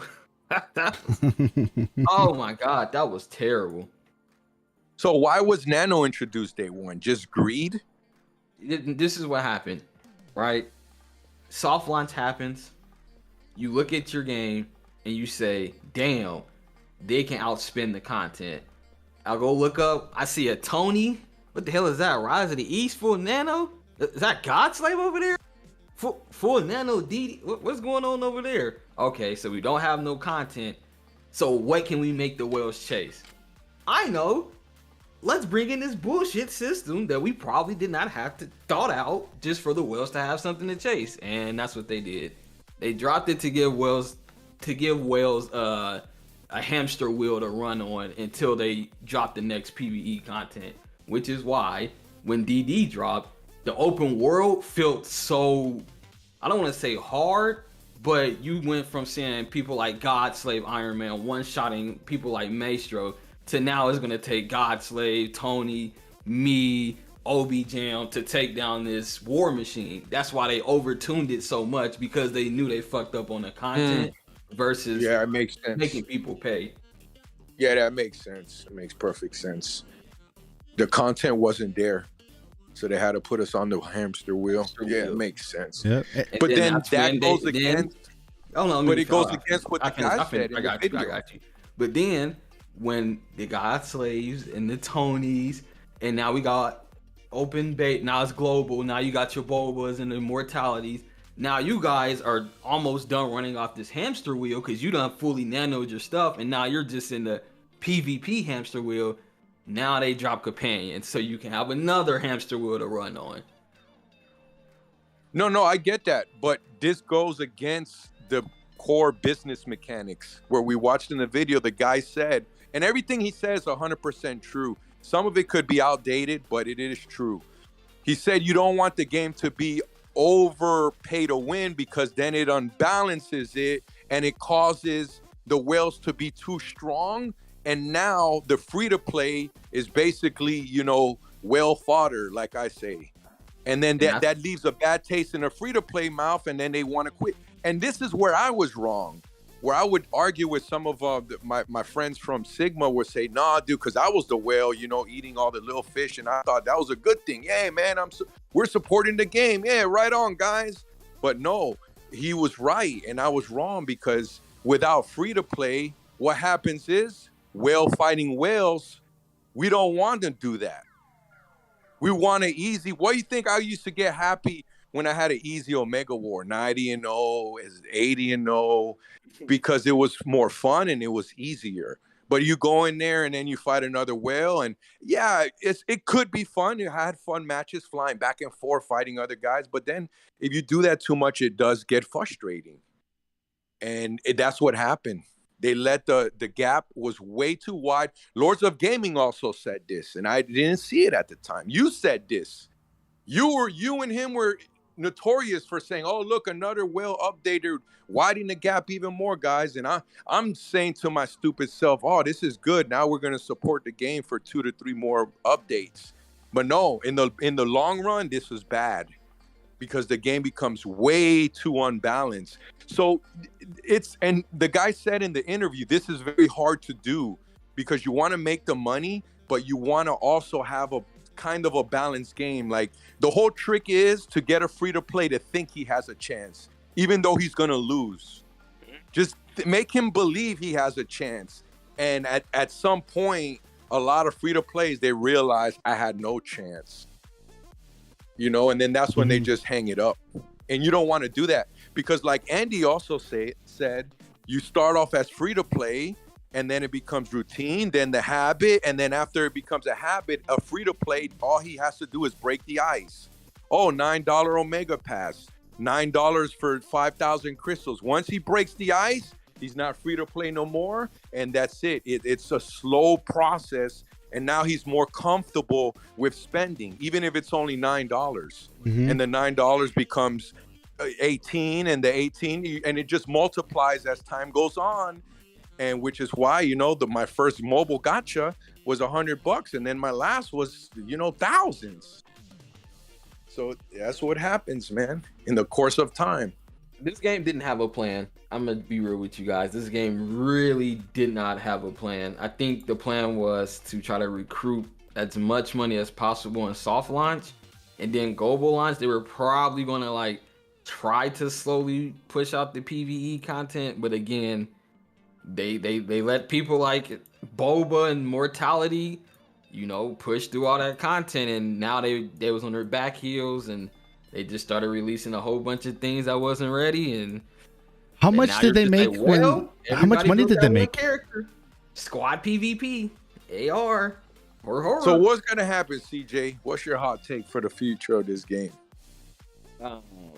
My hot take, I don't really think it was a hot take if I've been saying it for the longest. I don't think the game is gonna die, but when I was labeled as, you know, quote unquote toxic in the beginning, the main goal was to nip a lot of the stuff in the butt while we had the player base, because once you don't have the player base, then it's too late to actually make changes. Because like Godslave said, they don't have the player base to make a lot of the free to play friendly changes we want, because now they're in survival mode. So now they're in survival mode. So it's probably just going to be like, you know, a lot of updates that majority of the community don't want, unfortunately. Maybe some whales will benefit from them, but even then, I think at this point, a lot of whales are kind of like, dude, just fix the effing game at this point. Or they just want to chill, like cruise. Like, man, I spent so much. Let me just cruise for a minute. Let my 6-star Hulk and my 6-star Moon Knight and Chavez have some type of type of, you know, type of weight. Nah, but yeah, I think the game is gonna be fine as far as like living. I don't think this game is gonna die or anything like that. I think it's just gonna coast through its 5-year or 4-year cycle, whatever they said they had. But I don't. Unless if something pops, like something big pops off, I don't think the contract is going to be renegotiated, to be honest. That's what I'm saying, is if they can just find something. I mean, right now everything they do is like a Hail Mary pass. Like, will this be the thing that's going to save MFR? I mean, it definitely ain't going to be the core booster. I think they have one chance. And I got this idea from the biggest Diablo Immortal shill, right? And you guys will hear this and think I'm crazy saying it, but the biggest shill actually suggested to the devs, in order to fix Diablo's pay to win, and mind you, Diablo's pay to win is nothing compared to MFR pay to win. That's just the reality of the situation, at least now. And they suggested to have peak game mode that was normal, and you basically pick a loadout, and your loadout would be all of the characters, all of the gear, all of the gems. In MFR case, it would mean that the game mode, you can pick whoever you wanted, kind of like in Street Fighter, you could pick Ken or Ryu or Chun-Li. Well, here, the game mode would be that. You could pick anybody, Spider-Man, Magic, Scarlet Witch, and you can pick any costume you want. And everything is you could basically mid-max your characters with all the companions, all of the cards, all the costumes for free. You make a loadout and you go and you do PvP like that. Now, I know it sounds bananas, right? Well, they suggested that for Diablo Immortal. Will the devs listen? Is it too late? I don't know. But me personally, I think if they did that, they can have a masterpiece of a game. I don't know if it's too late, though, because it left a bad impression already. So, And will they make money? That's the problem. So it's a big gamble, because what you would want to do with something like that, the only reason to do something like that is to try to gain, 10 million players. So that 10 million, you find that 5% that's going to spend on the other game modes. Like, have that game mode where, yeah, there's a leaderboard, but there's no reward. It's just pure bragging rights. But then you have the rewards hidden behind the pay to win. You see, it's so hard to balance, and I don't know if the ship has sailed. But if that happens in Diablo, can you imagine that? You have a PvP game mode where you could just get everything for free and just make your build and see who's the most skillful player. That would be crazy. That's what Call of Duty is. When you think about it, that's basically Call of Duty. You pick your loadout. I want to be a sniper. I want this scope on the gun. I want this and that. And I want to run, ninja or just all this other stuff. And you go and you play. But wouldn't the people that already spent a lot be upset about it? Well, they're going to be upset regardless. But they would still have their own game mode. But it's not about who's mad or who's not. At the end of the day, it's like I said, it's X amount of dollars for X amount of content. So that's the only answer. They don't care. Dude, devs in general, they can't care about us. It's not that they don't care. It's not that they don't care about humanity. They can't. They need to figure out how they're going to make money. Some take it over the top. Yeah, some you can say is just pure greed. But for the most part, right, I want to give humanity the benefit of the doubt. I don't know these people behind closed doors. They're trying to make a successful product, period. And that requires money. That's just a fact. They need to make money. Like I said, if this content, and the better the game, the more expensive the content. You see what I mean? It's not like we're just playing Minecraft where the 8-bit graphics. No, these characters, like those costumes, the Rise of the East, Eyes of Us, those costumes, they're expensive to make because that guy got to sit there for hours drawing. That's time. Time is money, and you need multiple people working. So it's not just a skeleton crew. And then, they try to, some devs, I guess they do that too. Instead of paying 50 people, they're like, well, we'll just pay 20 and just give them a little bit more money and overwork them. And it's just a bad thing, man, in general with the whole game development, because it's turned into just such a crazy profitable business that people do get greedy. But I don't know, man. They don't care about my opinion, your opinion, unless it's going to make them money. And it's not because they're bad people. They're just stuck in that situation. They're put in that real hard, space where it's like, man, we need to make this much money. If not, the game could fail. Because it's a live service game. It's not a one and done like Elden Ring. It's not like that. You think it's a live service game? You think there's a chance that so Master Morris says what they did to Final Fantasy 14 online, admit the game needs major overhaul, shut it down for a year, re-release it again the right way, and then they had major success after that. What are the chances of them coming out and being like, this game is not where we thought it would be, we need to do an overhaul, and then they kind of like just zero. Too late. Yeah, bro, it's too late for that. I've been you know what the overhaul will be? What? The overhaul will be the next Marvel game. Yeah, that's what be. Yeah, seriously, that's what would be the overall, because that would make more money and make more sense. Yeah, and another thing he has to realize is when Final Fantasy did that, they did that so early on when the game still had hype and the buzz around it that it still had people waiting for it. Just like when I tried, saying let's do that 6 months ago. Now it's kind of at this point where if they do it, they're just going to be adding in resources to a game that everyone is going to be like, oh, I remember that game. Oh, they overhauled it. That's cool. I'm not coming back anyway. It's too late for that, bro. So why there's some other mobile games that release only on a certain country for like a year, and then once they get polished and all that, then it releases globally. Kind of like wasn't Ni no Kuni only out in like Korea or something like that? Japan, but that has nothing to do with like the game being polished or not polished. That's just standard, because they're very selfish over there. It's just like their manga, how Naruto comes out one time and then it comes out in English like months later. But they were able to get it right. Like if something was wrong, they fixed it in while they were over there, and then finally when they released it, we got the already fixed version. We didn't have to go through what they did in the beginning. MFR has been already fixed. It's been an extremely polished, well-made game from the start. The problem is the nanos.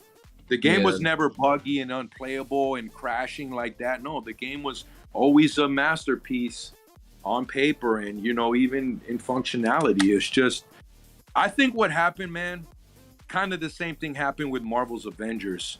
I think what happened was we just didn't have enough players.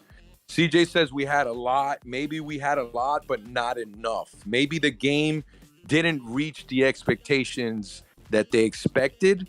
So then they had to start like slowly, moving devs over to another game that was more profitable. Or I really don't know what happened, but I know it wasn't no technicalities here. The game is extremely well polished. It's even more well polished than Diablo. Diablo is more buggy than MFR was at launch, for sure. Yeah. Join the chat, Donkey. Oh, look at that. Donkey joined. Hi, what's up, guys? What's going on, Donkey? I think, do you know what? Look at this. It's more of an endemic problem than just gaming. And I was thinking about it. I was listening to what you were saying. I've just been out walking the dog. And do you think 30 years ago our parents would have put up with the gas price increases? Do you think they would have put up with the petrol shit that they're doing? Do you think that would have been a thing? We are being systemically ingrained to accept more and more shit and accept it as normal. Now, I'll use an example, and I'm not just using it as a random thing. It is tied in because a lot of the stuff in the UK was public-based. You had British Gas, you had energy, stuff like that. And then it got privatised. And then more and more profit ratios have outweighed what you're putting in. It's more about bleeding every system that you can dry. And that's spreading to every corporate organisation across the world. So they're no longer providing value. You literally spend your life being ripped off in all facets of it. And gaming has become the latest facet. That's just my opinion.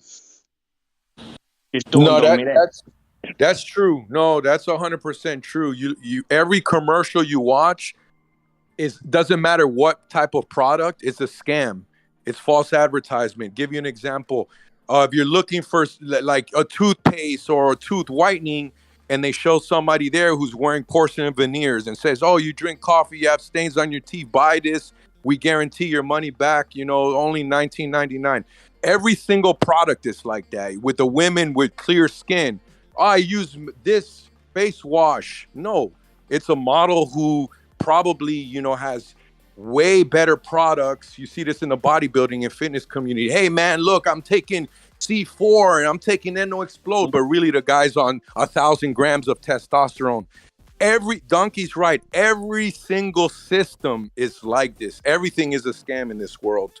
But the other thing is that you're saying, and one thing you were mentioning, is it costs a lot of money to make a game. No, it fucking doesn't. They pay whatever they can fucking get away with for the people that create the game. The people that create this beautiful game are in no way getting anything from the whales that play this game. They are getting paid a wage. They clock in, they clock out, they go home, and they're paid. So and who's making the money? So the guy in the rich suits? get rich, the poor get poorer.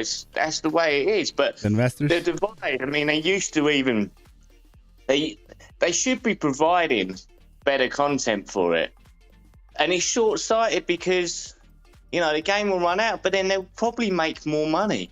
That's the sad thing. They'll probably make more money over the short term by bleeding it than they will over a long, prolonged game with reasonable rewards and ratios. Or semi-reasonable, because they'd never be reasonable, would they? Mm-hmm. So you're saying the $1 billion that Genshin Impact made in 6 months, the devs are like super underpaid or underpaid? I wouldn't say that. No, 100%. No, that's what you're saying. You're right. You're right on that. 100%. You're underpaid. 100%. Yeah, they're not gonna pay any more, not a penny more, than they can get away with paying someone. They probably got little charts with market rates and blah, blah, blah, and they're paying them what they can get away with. Yeah. Exactly. Yeah, the set rate. Yeah, so if the dev makes whatever, like tattoo artists, they make anywhere from 100 to 200 an hour. So that's it. You're not getting paid more than that, no matter what. I don't care if the client walked in and he's gonna pay $20,000. You get this That's price, nothing and to that's do it. with them. They have nothing to do with the profits. Yeah, They're not profit related pay. No way would a game like this give profit related pay to any employee that's why or Robert is smart, and he contractor, as they told may be. Marvel. Yeah, these guys are smart. He told Marvel that, hey, I want X amount percentage for every movie. Robert Downey, he did that, and George Yep. Masvidal, UFC fighter, did the same thing. He's like, I want X percentage for every pay-per-view. Well, that's the Yeah. funny story. That goes back to Alec Guinness, when he was signed up for Star Wars, and like they couldn't afford to pay him. And like George Lucas goes, I'll give you a share in the profits of Star Wars. And he was like, yeah, whatever, I'll just help you out. Ended up raking him in millions and millions. Do you know what I mean? He accepted the share of the So profits. everything is like that. Everything is a damn money grab, in other words. Yeah, it's just in there. I mean, you just can't let him get away with it. I don't know what can be done, but I think certain things need to be looked at. I think, as has been discussed, the loot boxes, like gambling equation, is potentially something that is on the shady side of good practice, and I think that needs to be looked at in the first instance. But I think that needs to go to regulatory bodies and whatever else, like they've done in Belgium and the Netherlands, isn't it? Where they've sort of outlawed certain practices. I mean, that's in Diablo, isn't it? I think it's going to happen. I'm going to tell you why. I think mobile gaming is going to get way better, if not die out completely, maybe within 20 years. Because right now they're actually fighting that gambling system with Diablo. Look at all the hate that game is getting. And there's a YouTuber that not a YouTuber, a Twitch streamer. He spent like $18,000 chasing the 5-star gem, and he still didn't get it. And he says, I know he enjoys gambling, and nobody's stupid. He enjoys what he's doing. He's having a good time gambling, but his excuse is, I'm doing this so gambling can be prohibited off Twitch. I want this to get enough traction where Twitch can see me gambling and then ban me. And then they can make a case out of it. And they're fighting against it. But it's going to be a while before, because it's true what someone was saying. All they do is they have to just pay the politicians. That's it. I don't want to cut you off here, but I got my second round of that interview in about 10 minutes, so I gotta go. It was nice talking to you fellas. I'll still be watching the stream. All right, man. Thanks for coming by. Take care, fella. CJ, everybody.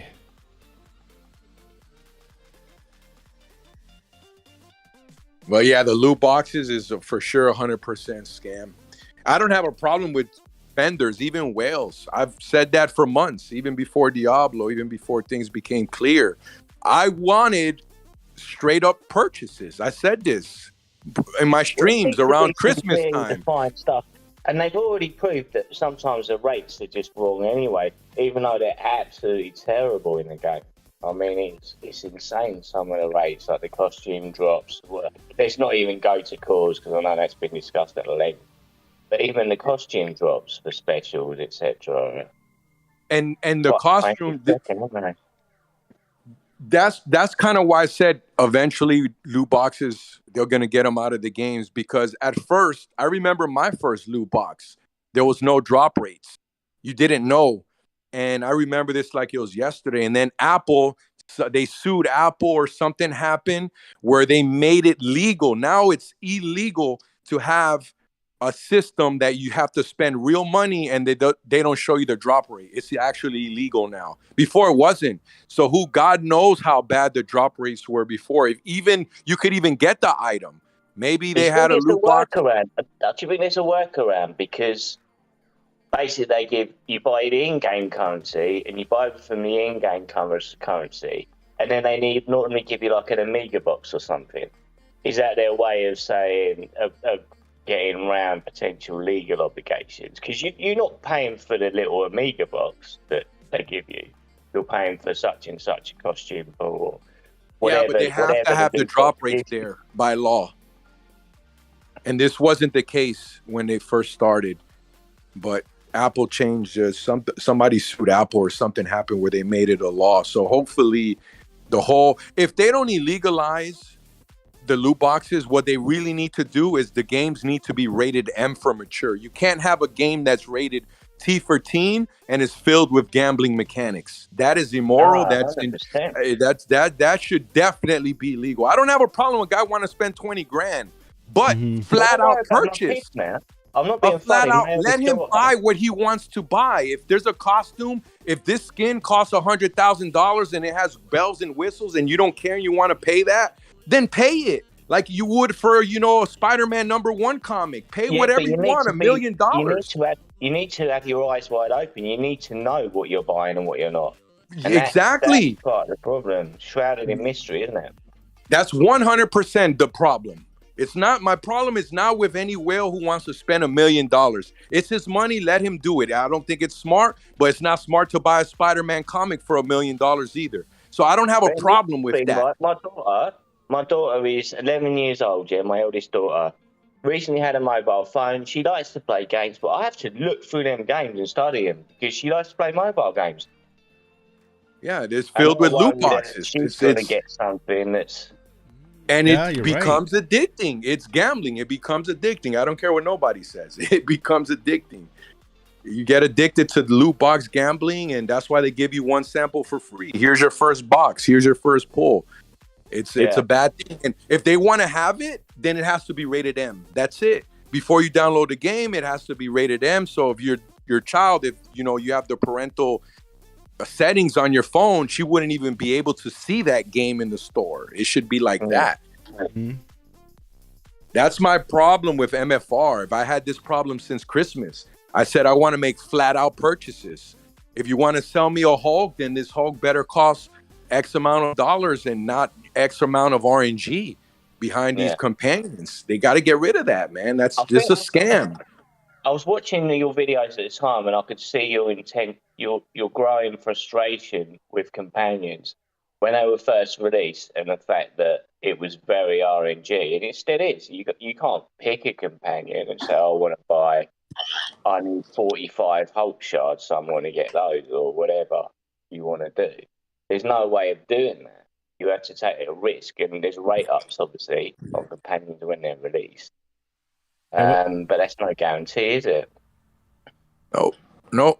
When they're released, when they release a new companion, it's like right now, Kate Bishop was released. There's a banner right now, and there's all these things for Kate Bishop, so people can be like, oh, right now is the time. If I'm going to try to get her, I need to get her right now because I can get her. I can get shards from here and here and here, because after this banner's over, then it's going to be where I can only have to hope to get her from doing pulls, or wait till the banner of herbs back up, and who knows when that's going to be. But even with the banner, you're still gambling. Exactly. They just drop into the normal cycle. And then as more companions are added, then basically your chances are then obviously diluted even further. Aren't they? So getting these 6-star nano companions, I mean, I've spent money on the game. I'm quite well advanced. I've got no fucking chance of basically getting a 6-star nano companion anywhere. Even most I've got is a few 5s, Yeah, that's true. Because now people are going to be like the best time to, if I want to get her like to 6-star, the best time to do it is when she's first released. Because then you're just going to have to be solely based on RNG. And then they want it to be like that with it's going to be like that with every companion. But it's still going to cost you $1,000. That's buying the shards. That's taking all the flat out purchases, because there is flat out purchases, but it's never going to be enough for the completion of the character. Yep. But it's going to give you a nice little boost in the beginning. You go all in. You get that companion you want. You 6-star that companion. You've gone through all of that, and then some companion inevitably comes out a month later that literally makes that companion dog shit. Yeah. Probably I don't think that it's so hard to say, but I don't think that Netmarble wants this either. I don't think they want to do this. I think they're in a situation that they have to do this in order to Are keep the you mad, game bro? alive. They've engineered this. They don't want to do They, this. they have to make the money. Like, I believe if, again, giving them the benefit of the doubt, I believe if there was a way they can, like Injustice 2, sell you a legendary character, you know, for $100, and yeah, that character is only 4-star and you need to buy it 3 more times, whatever. So you're looking at like $300 for a max character in that game. I believe I'm if generous giving them the benefit of the doubt. I won't give them the benefit of my farts. no, I'd give them the benefit of the doubt. If there was a way they can just flat out sell you a 6-star companion, maybe not nano, but a 6-star companion for $100, I believe that if it made them the money, if like they would be profitable, they would do that. But I believe, I could be totally wrong. Again, how much in the current system does a 6-star companion cost you? 1,000. But here's the thing. So why are they going to sell but it to you for $100? That makes no sense. it makes sense from the point of view where if it becomes profitable, like we said this about costumes, right? If they can sell you, you're talking about 100 people say, I want to buy that 6-star companion, or 1,000 or 10,000. right. Right, okay. We're talking about if there was millions of buyers. If there was millions of buyers and the guy can still be comfortable in his Lamborghini and his private jet and, you know, 5 mansions, if he was still at that level, like the Genshin Impact or Call of Duty level, then I think this, because like I said, then it would be okay with it. For we're taking a loss here, but we're not taking a loss in our overall revenue is going up. Stocks are going up. The revenue is going up. We keep eating. We're making more money. So this system works. I think that's the real bottom line. GS, everything about the game kind of hints to me, I might be wrong, but it's kind of cash grabbing, getting what you can now, because population is dwindling. They're not doing anything about it, and they're not listening. It's almost like they're like bad genies. You ask for something, they give it to you, but in a really twisted way. And it feels like they're kind of running it into the ground rather than looking at the long term. So if they were looking at a long-term sustainable game, then what you're saying is 100% right. And it would be 100% right even in a business world. That would make, as you're saying, that would make them more money, have a sustainable game, and they'd make more money in the long term. But it seems like they're just cash grabbing and sort of bleeding it dry. From my point of view, that's how it comes across. I agree. No, I agree with you. Players have been saying this for a while now. They're just bleeding the whales. And I didn't want to believe it. But it's kind of hard not to believe that that's what's going on. But I think it's because, again, they have to get that equation, which is X amount of dollars for X amount of content for X amount of years. The only answer is bleed the whales. I think there is no other solution. You know, I could be wrong. I'm just 100% speculation, but I just don't see any other way. I don't see anything really happening. Like, the core system is a perfect example. I boycotted that system. I don't want to beat the dead horse, but when we saw the core system update, it led to just going for 1,000 Omega points in the cash shop. That is absolutely crazy. And I think it's a random one at that, right? It's not even a selector. Yeah, it's a random one. Holy smokes, man. We're looking at $1,500 for a random 6-star. Holy smokes, man. That's why I say Netmarble takes the cake, man. They're way worse than Diablo. Yeah, you could spend $100,000 on Diablo for one character. You could do the same thing for companions in this game, but they're both bad when it comes to the ceiling. The ceiling is just bizarre.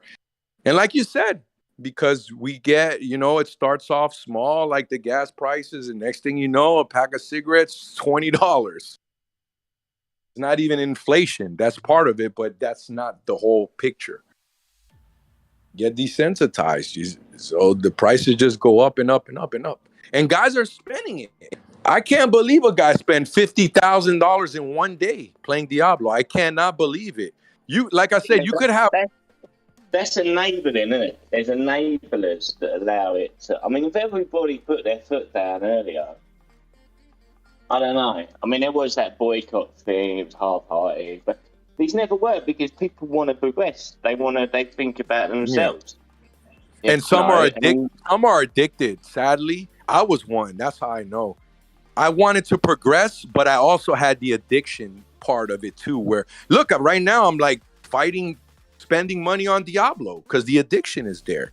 It's just Yeah, not the well, progression. It's a mixture of you both. don't need to spend on Diablo. You don't need to spend You anything but the battle pass and maybe the boon of plenty. That's about all you need. Yeah, you don't need to spend but $5 a month on that game. That's true. And that's another reason why I like that game more than MFR. Don't fall MFR, down that well again, GS. I Yeah, can't well, MFR, I because can't again- compete anymore. Again, there'll be whales in there that are spending, we've already heard, ridiculous amounts of money. You can't chase the end game, but the good thing about that game, as we discussed the other day, is you don't have to. Dungeons. There's so much to do. Why do you need to? Yeah. What up, Player One Games? Ready for T'Challa? Hmm? I would like What's Black that? Panther to show up. Black Panther. Black Panther. How many, Yeah, Black Andy, Panther this would one's be for good. you. How many playable characters you think we're going to have within the next year? So from now until next June. I would say about 2. Yeah, same here. 2, if we're lucky, maybe 3. Yeah, sounds about right. What about companions? Oh my God. Without exaggerating. Oh 24. man. Like probably 100 total. Oh, Wait, 100? Where are we right There's now? one every update, isn't there? There is literally one every couple of Where are weeks. we? How many companions do we Dude, have right now? 112 months. That's like what, 9 every month? No. No, man. no. Like how many more new companions? I would say from 12 to 20 in the next year. Once I a think- month. All right. So yeah, about once or twice a month. You think we're gonna get another region after Savage? I think so. What I think is after Savage Land comes, because Savage Land we already knew it was going to be Savage Land because it's there. It's right there in front of us. They have the map. They have these other villains that we see in Battle Challenge, but we never know. They had the costumes from day one. Yeah, and then they had the costumes. from day Yeah, one. so they're just basically the year's over, and then they're ending it with Savage Land. So when year 2 comes, they could drop a ton of stuff on us. Like they can drop like year 2's here. This is what to look forward to. We're getting new regions coming in. That means new gear for us to kind of go for. Because if a new region comes in, that's a new gear that we can get for each of our heroes. So that's. And they might add even a couple more specials or maybe one new special in there. And they have that. A lot more stuff. This is a whole another year because we just are about to get done with what the PvE content that they already had for us. So that's why I'm excited, like to see like what's in store for year 2, and I hope they do a good job at presenting that in like maybe their anniversary. I don't know if it's going to be the anniversary. Maybe the anniversary is just going to be like, thank you guys. This is like, and then just talk about the stuff that they came all year and then drop some really cool deals and events and then a couple more companions. And then a week after Savage Shadowland, when everyone's done it, we go back to dull boredom again. Well, yeah. And then that's when they drop their like, a roadmap or like 6-month roadmap. They already showed us that they already did the 6-month roadmap before. I feel like they around that time when Savage Land comes out, they should start preparing for that 6-month roadmap. That way we can be like, okay, this is what they're gonna be doing, at least for the first half of the second year. Well, they need to do something fast, don't they? Let's be honest. They need to do something, and they're just busy working on something, and it looks like they're just busy working and they don't have that many people because most of Netmarble's resources is like on Ni no Kuni and their blockchain games. But they could be working on something really big for year number 2 and then just take year number 1 as like there's nothing that much we can do right now to end it, but So, we can start off the second year. Question for you. quick question for you. Do you think if they do some really good new content, that it will be enough to bring back some of the lost players? Some of the whales, some of the good players that have gone to Diablo, Lost Ark, etc. If they put it out of the bag, do you think it's Like new content? decent new content, not just new content, but they've got to put it. If they really put it out of the bag, do you think we could win players back?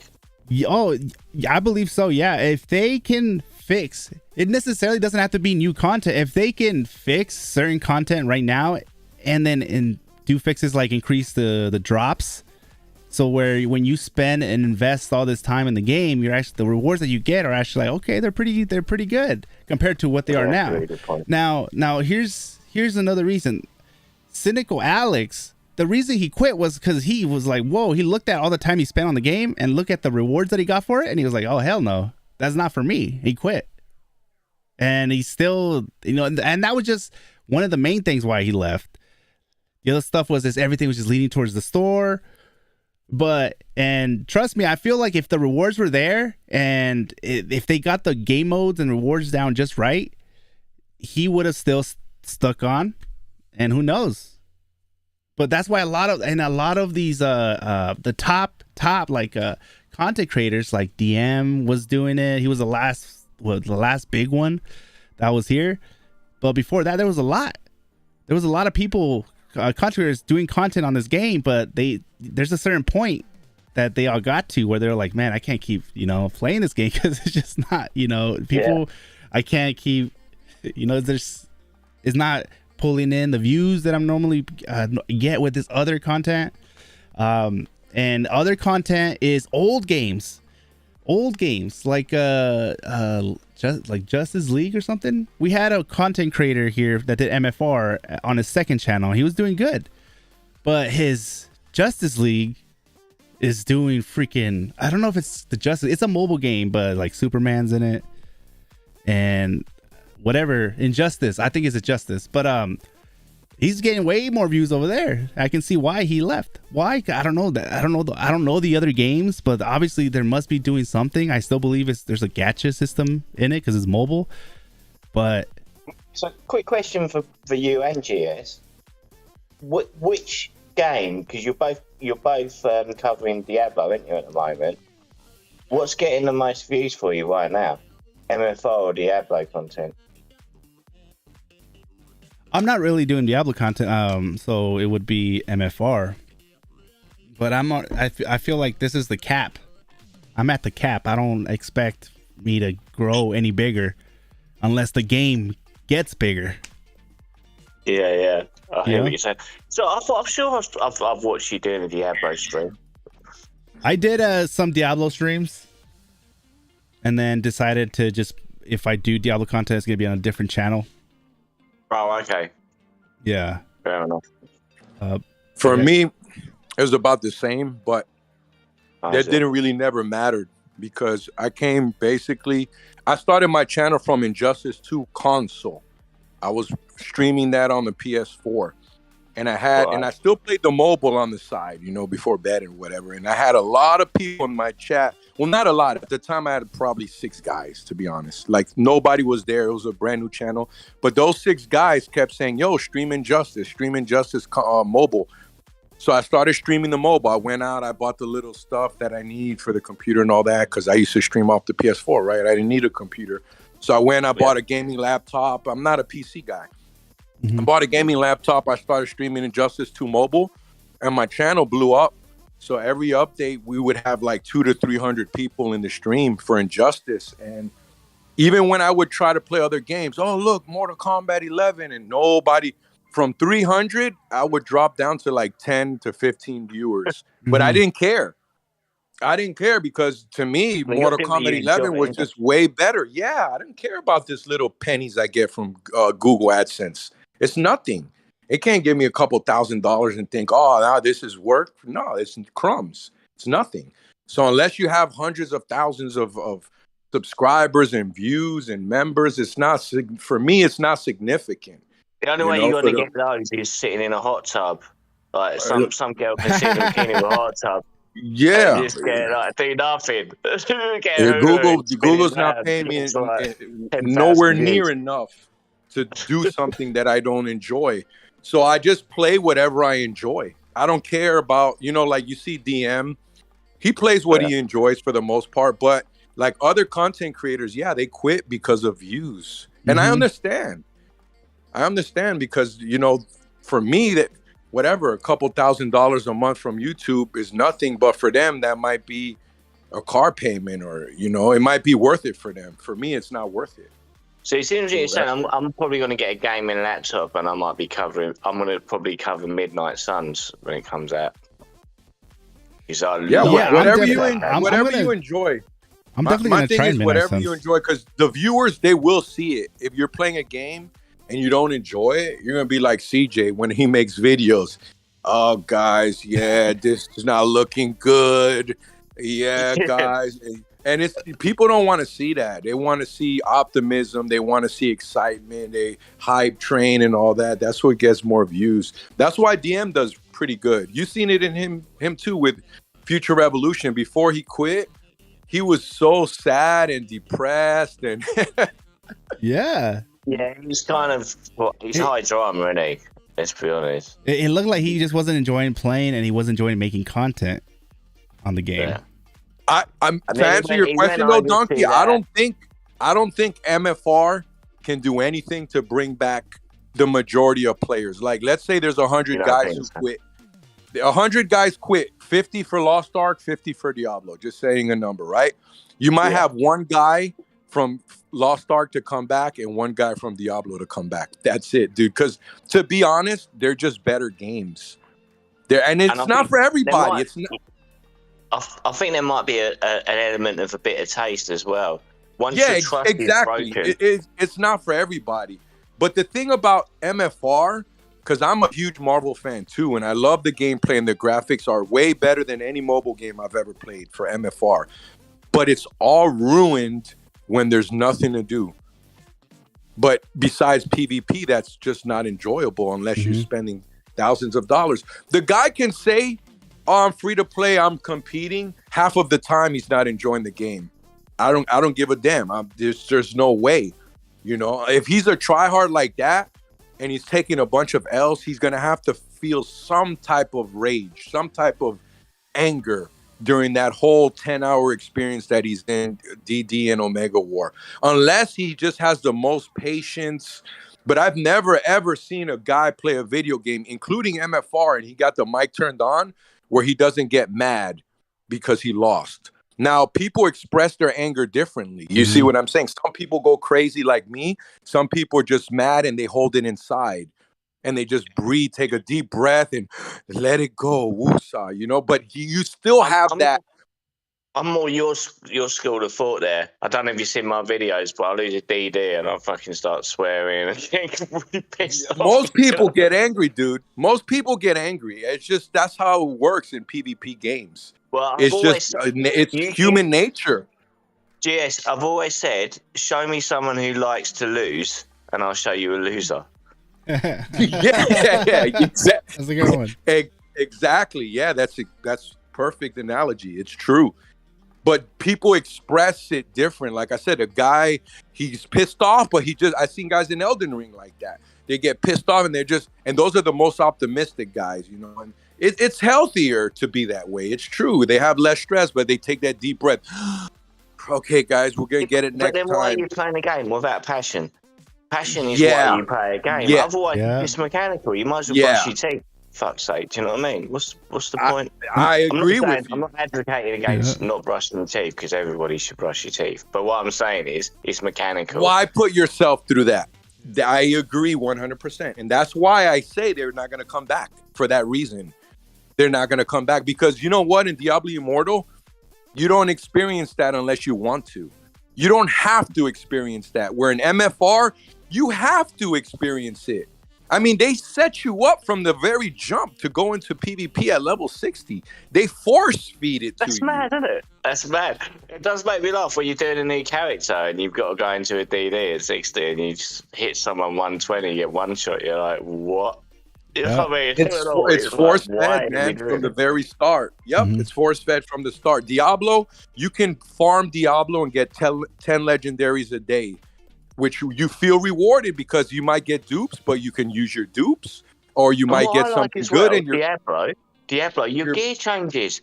You go in, you upgrade a bit of gear, and all of a sudden you get fucking sparkles flying out of something, yeah. and I got you get a wolves. little summon zombie coming in, breathing, farting on someone or something. Do you know what I mean? Yeah. It's just like, wow, that didn't happen before, and it's like little bits. Yep. So like Diablo, you know, yeah, the best loot is behind a paywall with the legendary gems, but they still give you, like you said, that experience where you're farming, you kill a boss and he drops a Lego, and then you put the Lego on, and then now your skill, instead of your spin blade, which does the same thing. Oh, now your spin blade, you have 3 Iron Mans doing spin blade next to you, and it changes the way you play and the way you see the game, and it feels rewarding. The bottom line is that it feels rewarding. You feel rewarded, Yes, even if it's a crumb, but you 100%. feel a constant feed. Yeah, it constantly feeding you. So MFR just doesn't do that. It just doesn't have that rewarding feeling, and that's where it's a big miss for me. And the game, like I said, if you're gonna judge both games, yes, MFR has way better graphics and gameplay, but the reward is not there. So that's such a big factor Well, I'll for use a me, at least. comparison, yeah. If you did Elden Rifts, do you auto them, or do you go and just go mad, try and get as much gear as you can? And when you're doing Blitz in MFR, you just stick it on auto. Everything in MFR for me is auto, which Yeah. is another fail. Some people like the auto feature. I can understand why, because they're working, they're busy, so it Mhm. gives them something to do while they can still kind of play the game, even though they're not playing the game. So I do understand that, but for me, it ruins the game. I'm the type of guy, I have a lot of free time on my hands, and I want to sit down and play a game. I want to play the game. I don't want the game to play itself. So this is, it's a hit or miss. It depends on the person, really. But Should put the options overall, there. I mean, don't get me wrong. You could manually play Blitz, but yeah, what's the point? no, but There's really overall, no point. Diablo is a better game. Like, it has a better system. Doesn't have better gameplay or graphics, but it has a better system. It has a better hook. You get fed. You get stronger and stronger every single day, and that's something that it's a big thing for a lot of people. Not just me, but for a lot of players. We look, King Well, Ragnar left. We already had our best widow. Our best widow quit. Our best widow quit. Our best magic quit. I don't know anybody from Piggies who quit, Spider Pigs, but Olympian Gods lost players. You said X-Force lost players. There's been players reported loss on other servers from big alliances, and it's for a reason. It's for a reason. They feel rewarded. And then someone asked me in the Discord, "Hey, is King Ragnar? Are they wailing over there?" No, you don't have to. There's a lot of misinformation about Diablo with this $100,000 stuff. That's like me saying right now to you guys in the chat, let's say I'm a brand new player, right? And I just say, hey, yo, shout out my stream. I'm going to go live right now, and I'm going to chase the best gear in MFR. Let's see how much money I got to spend. You'll see me there spend $100,000 chasing companion nano. It's the same thing. The thing is, do you need $100,000 worth of companions? No. And the same way goes for Diablo. You don't need that $100,000 legendary gems. You don't need them. That's just bonkers. That's there for that one crazy guy to just dump all his money in the game, or dump that money in the game. It's unnecessary. That's the debate. This is my biggest debate. So Diablo, I think with us as well. I think some people coming into Diablo, like, this is a perspective of him. Some people coming into Diablo are used to just a console game. They're maybe not used to mobile games and their shitty practices and how they operate. Whereas people like us, we've been burned, man. Do you know what I mean? Yeah. We have been burned, and we know the fucking coup. So we can go in there with our eyes wide fucking open and know what's going on. And know that you don't need to do that, and just take things at our own pace. And I think I think that's one of the things with Diablo, because I couldn't understand, like yourself, the reaction. I'm going in thinking this is a really good game. There's so much to do, and in comparison to MFR, there's so much to do, and I didn't get it. And I was like, oh right, it's the top level PvP. Well, I'll avoid that then, because I know from experience where some people coming in from console going, I want to be top level PvP, and they're not going to spend a load of money. And they're gonna get burnt, like we were burnt. Player One Games asked the question, saying that he brings up a good point. It says Diablo has been in alpha beta since 2018. MFR had a 2-month beta. I think MFR should have had something like that, an alpha beta that lasted longer before they did a closed beta before they did the whole global release. They should have. Yep. So they should have, and they should have added the red star. They should have had an alpha beta, and then the other beta, like the closed beta, they should have added the nano dead and got the feedback from the community. Yep, that's what they should have did. It feels like they're like, let's get this thing rolling and let's pull it out there and just capitalize on the money. I mean, they didn't. They just wanted. It looks like they know alpha beta, just like 2-month beta. Man. I mean, people are saying that Diablo's end game is pay to win, and which is true but false at the same time. It will take you literally 20 hours a day playing Diablo, 20 hours a day to hit a paywall. Where damn, if I don't spend money, I can't get that feel that powerful anymore. 20 hours a day. So if you spend only 2 hours a day playing, how much hours worth of content you have? So that's what I'm saying. Like, if I do hit a paywall, which I'm far from there, I'm actually behind, right? But if I do, and I just stop playing the game. It's that simple. Just because there's a paywall doesn't mean you have to pay for it, right? You could just stop playing the game. That's my argument. But MFR, I feel like I'm obligated to spend. Like, what can I seriously do? Think about it. That's why I don't get hyped for these updates. Let's say they drop Jane Foster. Why should I get hyped for it? I'm not willing to spend. You know what I mean? I'm not willing to spend. So it's irrelevant for me. Spend on MFR anymore. I've literally got, like, if you talk about my CM, right? Okay, so I don't have a special costume on. That's the only thing that's like blah blah. But I have fully nanoed Xanderth. I have very, very good cards. There's not a lot that I really want to do with her, if you know what I mean. All you could do is wail on companions. That's it. Exactly. So, and I don't see the value. I don't see the value there. No, I don't. Even if there was, I just don't see a value there. There's more value for a spender. Look, Diablo is beating MFR from both points, from a free-to-play and from a spender. From a spender point of view, you get a better value when you spend money on Diablo. That's why I spent $100 there. I didn't even gamble, but my value is way better. Even if on my free-to-play accounts, right now I have 4 accounts. 3 of them are free-to-play. If I were to take my free-to-play and spend $100 there, I'm not going to get much of anything out of it. What can I spend on MFR $100 and get a value? What? The only value in MFR that's flat-out purchase is a 3-star companion for, like, what is it, $27? That's a great value for your money. That's it, though. Unless I'm wrong. Is there anything else in the shop, Andy? What can I buy, Andy? Like, you could spend $100 on MFR and actually end up in a worse position than you were to start with. Yes. But I'm saying as a new player. No, forget that. Yeah. But I'm giving MFR, I'm playing devil's advocate because I'm giving MFR benefit, credit where credit is due.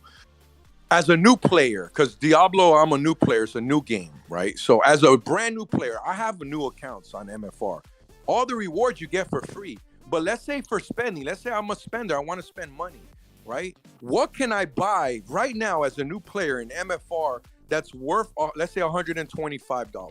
I put 118 in Diablo in 2 weeks. Let's say round it off, 125.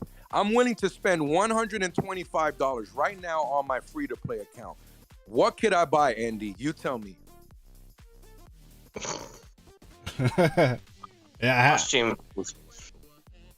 those you can buy those costumes that are like 4-star costumes, but Okay, it's like $9 for Oh, a that 4-star. is rip-off. The first thing I did when I started MFR during soft launch, I started with Captain America and I bought like his endgame costume. I thought it was going to be like OP, and I spent like, I don't know, $50 I think it was for a 4-star endgame costume. Okay, Turned out it was that's fair trash. though. That's fair though. You could buy. Remember, I'm a brand new player. I don't know what's a good value or not. I'm just buying. I got $125 to spend on this game.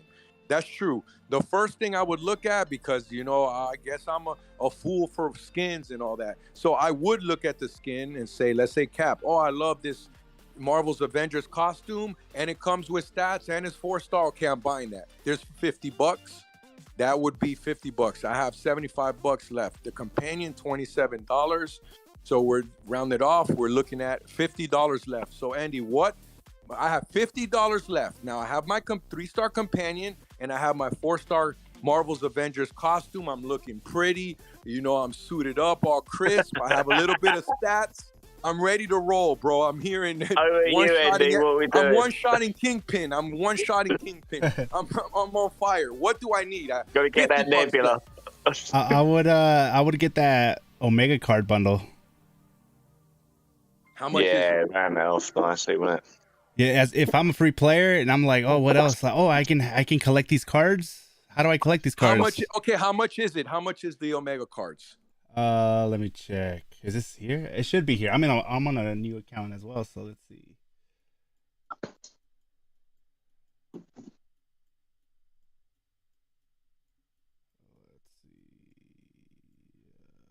It's $50, the Marvel skin. 25, my 3-star companion. I got another $50 left. You said buy Omega cards. Let's say, well, how much are the Omega cards? I don't think they're no $50. That'd be way too expensive. Actually quit out of here. Even if I played it smart and let's say I skipped the Marvel's Avengers costume, there is a $9 costume in the shop for 4 stars, I think, right? Or that one 3 stars. Okay, now I'm out. Now I can check bundles.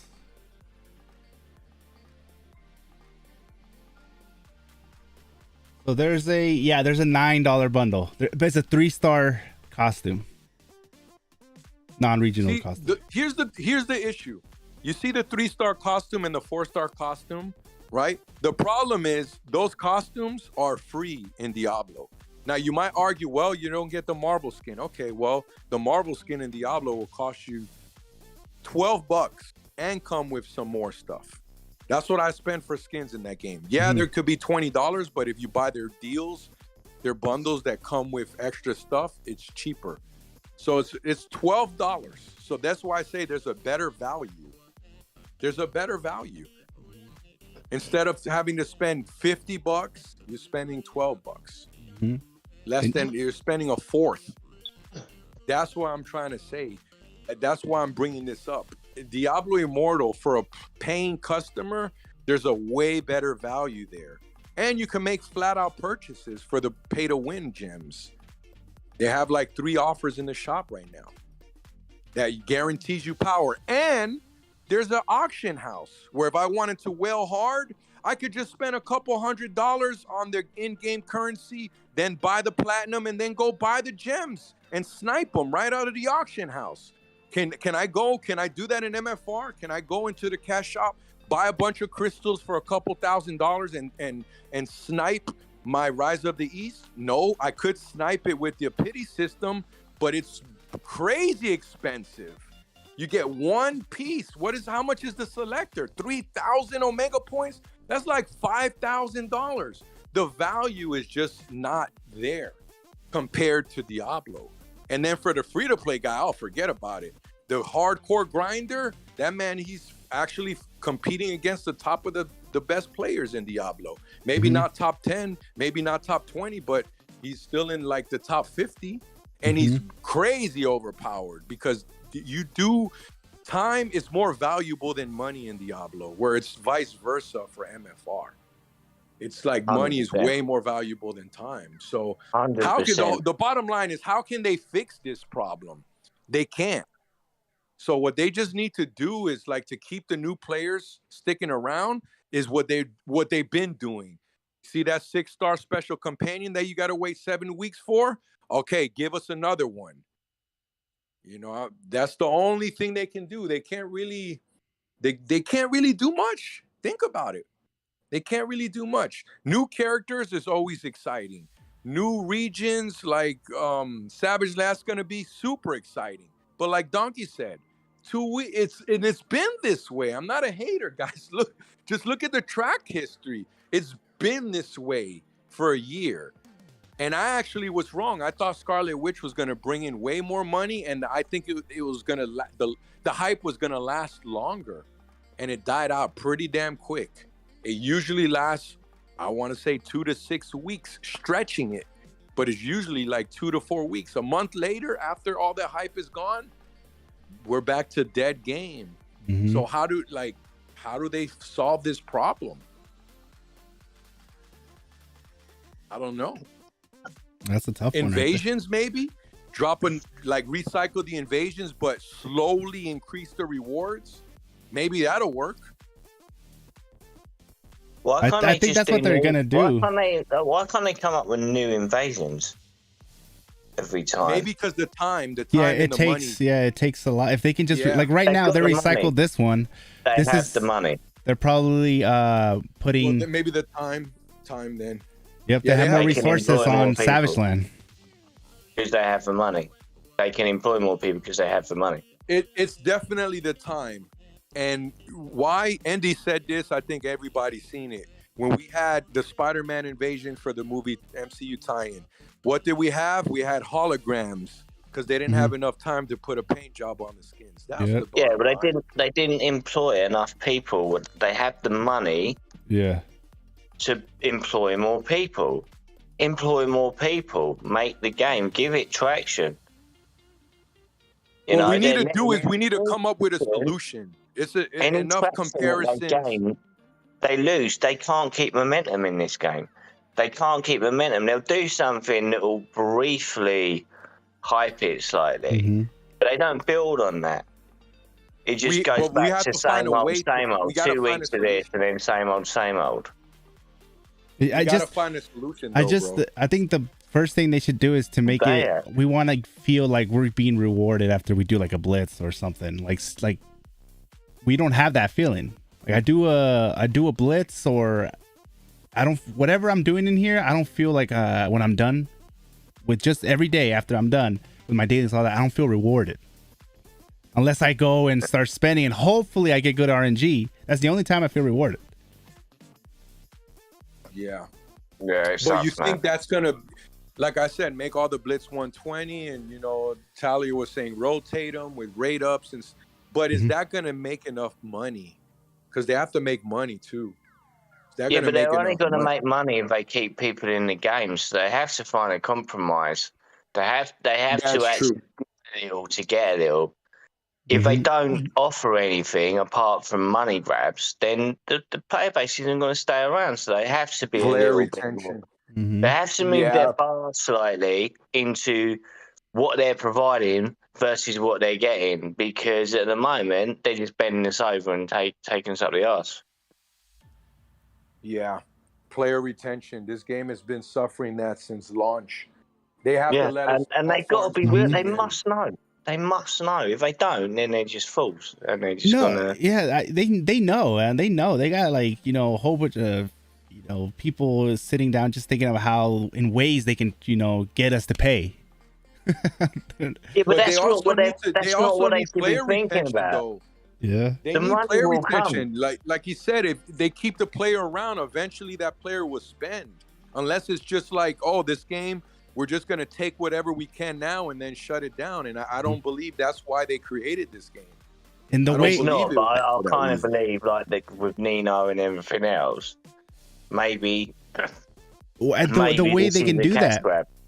the way they can do that is by making so the biggest thing right now with people, they come in, they're new, they're trying the game out, they start liking it and everything, but they slowly start feeling like, well, I'm not getting that much, reward. It's like the game's pushing me to pay, but do I have a way to grind this out?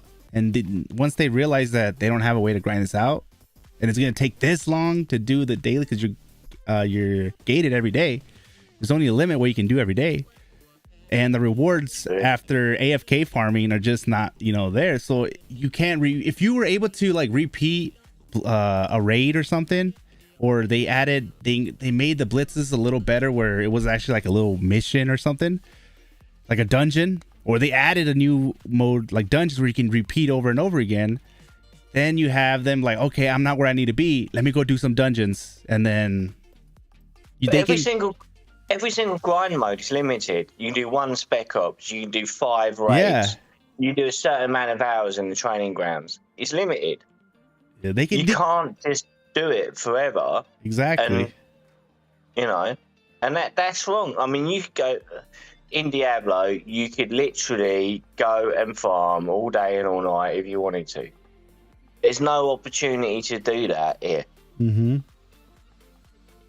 Anyway, I've got to go, guys, but it's been lovely speaking to you, and enjoy the rest of your evenings. Yeah, same here, Donkey. Glad you can were able to come and chat, man. Take care, bros. See you later. Bye. Later.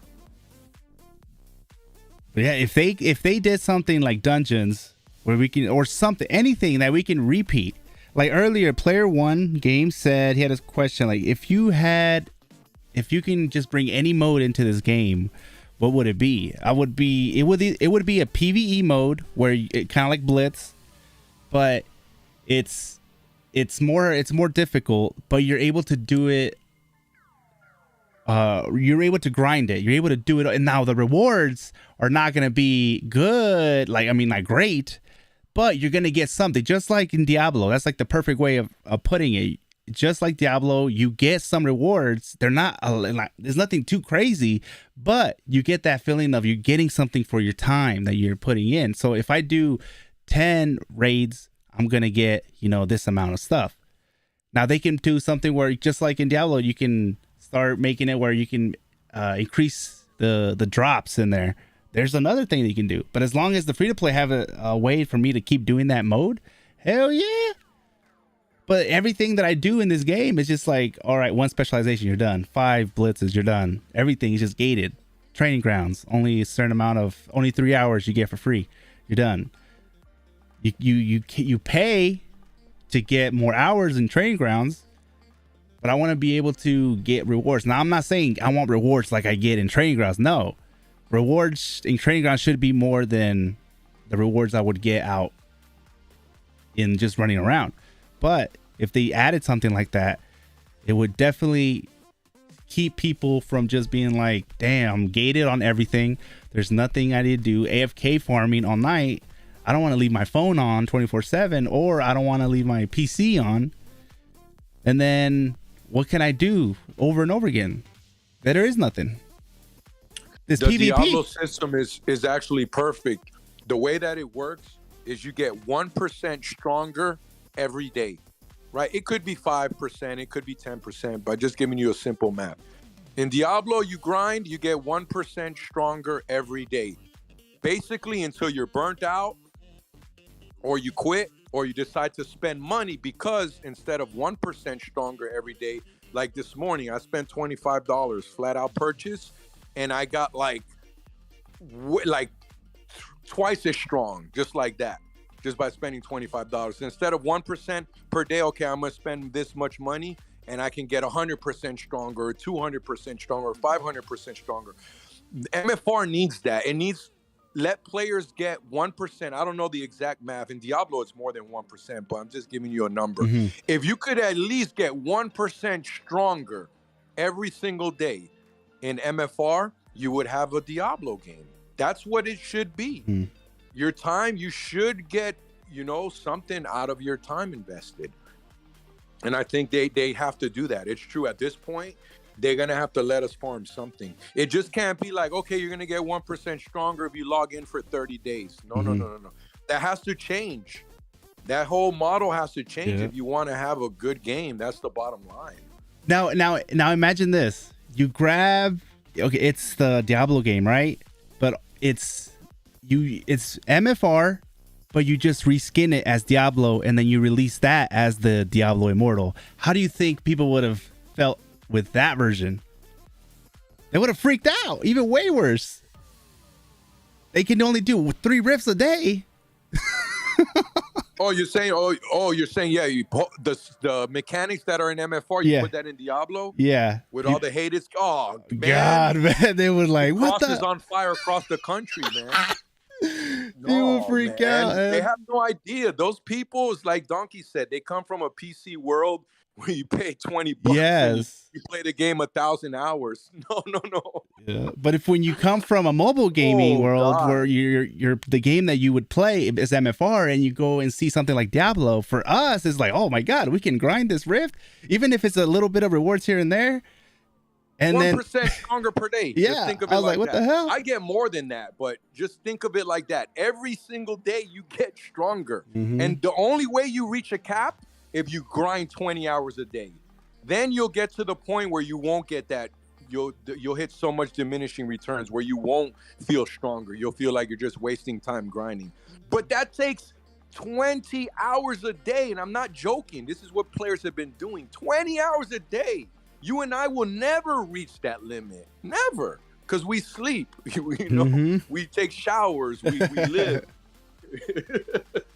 It's amazing how some of these hardcore gamers, how much they would put in. Like what was it? Like you were telling me there was this 23 hours. There's people out there that hit that wall, and then when you find out that you hit that wall after after 20 hours a day, like holy shit. They're mad that there's a wall. These guys are actually mad that there's a wall. I'm like, you should be thankful that there's a wall, bro. Go get some sleep, man. Go get some sleep. Yeah, I left a guy a comment like, dude, you're 30. You're going to look like you're 60 when you're 35. You can't be 23 hours a day for the rest of your life or until Diablo 4 drops. No, man. No, yeah, I get it. At launch, you break night. Maybe on the weekends, you break night. But damn, 5 days a week, you got to function like a normal human being. You're not a amphibian frog, bro. You need to be sleeping, man. Yeah. I turned everything off last night at midnight. I'm like, nah, man, enough is enough. Yeah. So, yeah, bro, that wall, I think, is a good thing, even though 1% of the Diablo community hates it and they want to get rid of it. But I feel like it's a good thing. They want to have that there because they want free-to-play wants to be able to kill whales. And the guy even said it. He said, I'll literally play 23 hours a day. He's not ashamed of it. He wears the same sweater every single day. So he probably just takes a nap, wakes up, pisses, gets on a toilet, drinks a Red Bull, and he's back at it again for another 23 hours. So, okay, so here's another question. So in the other thing about Diablo is that in that game, they're saying that you have to spend, if you want to like complete everything in the game and be, top dog, you have to spend over 100,000. But that's only if you want to be the top dog, right? That's only $100,000 in Diablo is equivalent to a guy on MFR that had all his companions at 6-star and his top 4 at Nano and everything like that. God rolls on the special costume and all 12 cores, 6 stars, and like that. That's the comparison there. A mid-maxed perfect build in Diablo can cost you maybe $500,000. Who knows? That is the thing. But the difference, there's a big difference. First of all, it's totally unnecessary. Second of all, that, like I said, do you need all of your companions at 6-star with nanos and all? Like, no, there's no point to do that. The only point to do that is to look like you're some crazy guy on YouTube that spent 50 grand in every day, until he's done. And why spend $5 million on a mobile game? Even if you could afford to, it doesn't make a lot of sense, guys. But that's why that system is there. For that guy. It's there for that one guy. It's not that people are viewing it like, if I don't spend 100 grand, I can't win. That's the paywall, 100 grand. There is no paywall. The paywall is 20 hours a day. That's literally what the paywall is. They did the math already. Blaster's already proven it. It's 20 hours a day for about a week, and you hit a paywall. So if you're doing 10 hours a day, maybe within 2 weeks. But actually, no, because the Paragon system goes up 2 levels every day. So it'll only be 2 weeks. If the reason why they hit a wall is because the way that XP works in Diablo is that it works by the daily Paragon system. So basically, you start today, brand new, you have 100% XP. Once you get higher, your XP starts to drop and drop and drop and drop. And these guys, they blasted through the content so fast that their XP was only at 10%. My XP right now is at 140%. Shit. That's why I said I'm behind. If you check your XP right now, bro, you're probably at like 250%. Oh, I bet. Yeah. Yeah. So this doesn't apply to the majority, but because Diablo's, I guess, a big franchise in Blizzard, and they're making a huge thing out of it.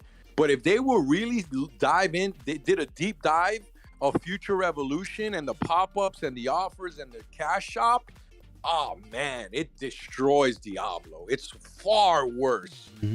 It's a million times worse. Diablo has basically one loot box that you have to grind. You can't even just wail on it. You have to grind it. It's so free to play friendly. It blows my mind how much legendaries drop. It wouldn't shock me within the next update they nerf the drop rates, because I get 10 per day and I go up. I said 1%, but the truth is I get like 10 to 20% stronger every single day. And you don't have to spend 1 penny for that. You just have to grind it out. MFR needs something like that. I'm not saying 10% stronger, but at least 1%. You have to see some type of progress. If I wake up today and my crit is at 56, I better go to sleep after playing 10 hours and my crit better be at 57. Or my crit damage is at 220, I better go to sleep 221, and then tomorrow 222, and so on, and attack and everything else. You have to let players grind. There's no way around that, man. You can't just have the DD grind and then look what happened with Juicy. 1 red star after grinding for 10 weeks. Come on, man. Players are not going to put up with that. That's going to burn anybody out. And Diablo will burn you out too, don't get me wrong. The grind is grueling there, but at least you're not obligated to deal with frustration like in the PvP side of things. Like I keep saying, that's the only reason I don't grind MFR. And I rage quit 120. It's frustrating, man. You're in there fighting Hulk half of the time. Like, get out of here. I don't even want to think about it. I start ranting. Yeah. Yeah. But the like right here, player 1 says that in MFR, our daily tasks on maps is to kill 3 bosses, and that's it. That's true. They only have one system in there where it gets you to go in to a certain area and destroy only 1 boss here, and then you have to switch to another region. That's it. When was the last time you were in Hydra? It's a long time, I bet. Sometimes I go to Hydra just to look at damn, I remember when I went through here. Like when I'm replaying right now, my free-to-play account is like, damn, I forgot how beautiful Hydra is. Like, it's dark. I would love to see Dark Zone like do something where the maps change and there's something every week, something different. So it's like not the same thing over and over again in DZ. Or they can do something like you have your 3 villains that you need to kill every day. And then they have extra little daily missions like go to Hydra and destroy, 30 something, or go to Sakar and destroy something. So then you go down there and then you just see people. It gives life back to these old regions that nobody's there anymore. Obviously, there has to be something implemented to where their power level, it rises when you're in there. So for each player, just like in Diablo, the enemies are catered to your power level. So even though you're in if I go all the way back to Tony, what was it? Stark City, I'll go there one-shot everybody. Easy. But if the enemies cater to my power level and I'm doing that mission, that daily mission, where I have to go in there and kill like 100, you know, or 30. They're catered to my level. It's going to be a little more difficult than, and I can have somebody who's still new be next to me doing the same amount of damage because the power levels cater to the player.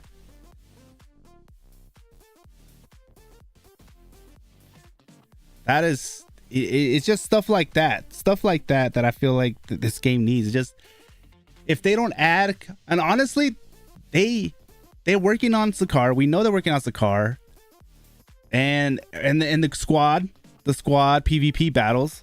They already said they were going to come out with that. It's 6 months. We hit that 6-month mark anytime now, and I feel like in the end of this month or the beginning of next month, we're going to get it. That's the next thing that they're going to be hyping up, and I hope that SQAUD is not that far off, because they told us SQAUD was going to be in summer, and we will. In summer's right. We're barely just getting into summer, so I feel like squad battles is the next thing. But it's only going to be for whales, pretty much. Free to play is going to try to do that, the squad PvP, and they're only going to have their main doing all the work, and that is just that's just mainly towards PvP. I mean, whales. Whales are the only ones that are going to be able to go in there and actually have a good chance.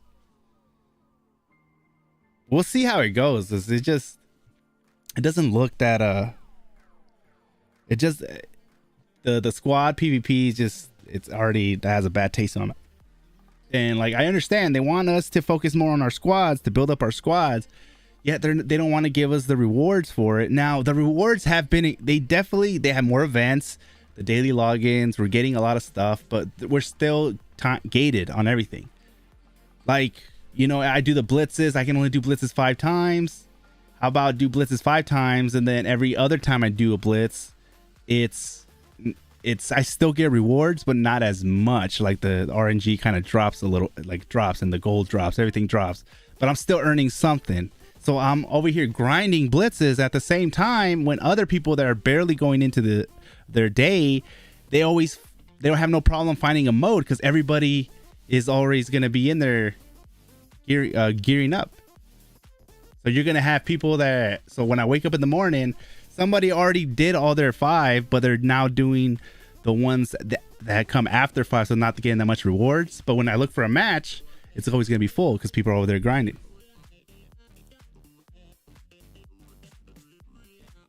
That's just what I think. YG says, I forgot all about the Spec Ops. Spec Ops is like one of the, it's one of the ones where I see the idea. You go, there's a mode where there's no, everyone's the same level. I like it. That right there, that should be thought about more and fixed. I think Spec Ops is right now is one of the modes that everybody just overlooks, but has the potential to be one of the best ones, because that's going to allow free to play to compete with whales and really just determine on skills.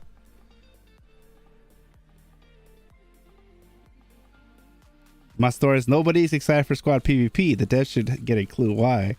Yeah, I'm not excited for squad PvP, and the only ones are the whales that spend, you know, to get all their squad, you know, beefed up.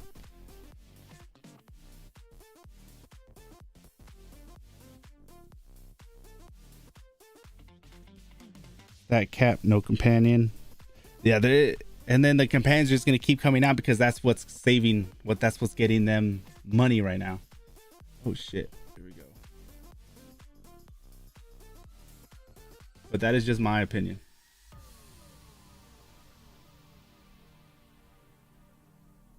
I think I actually might hit a wall right here, because I don't think I can even beat him.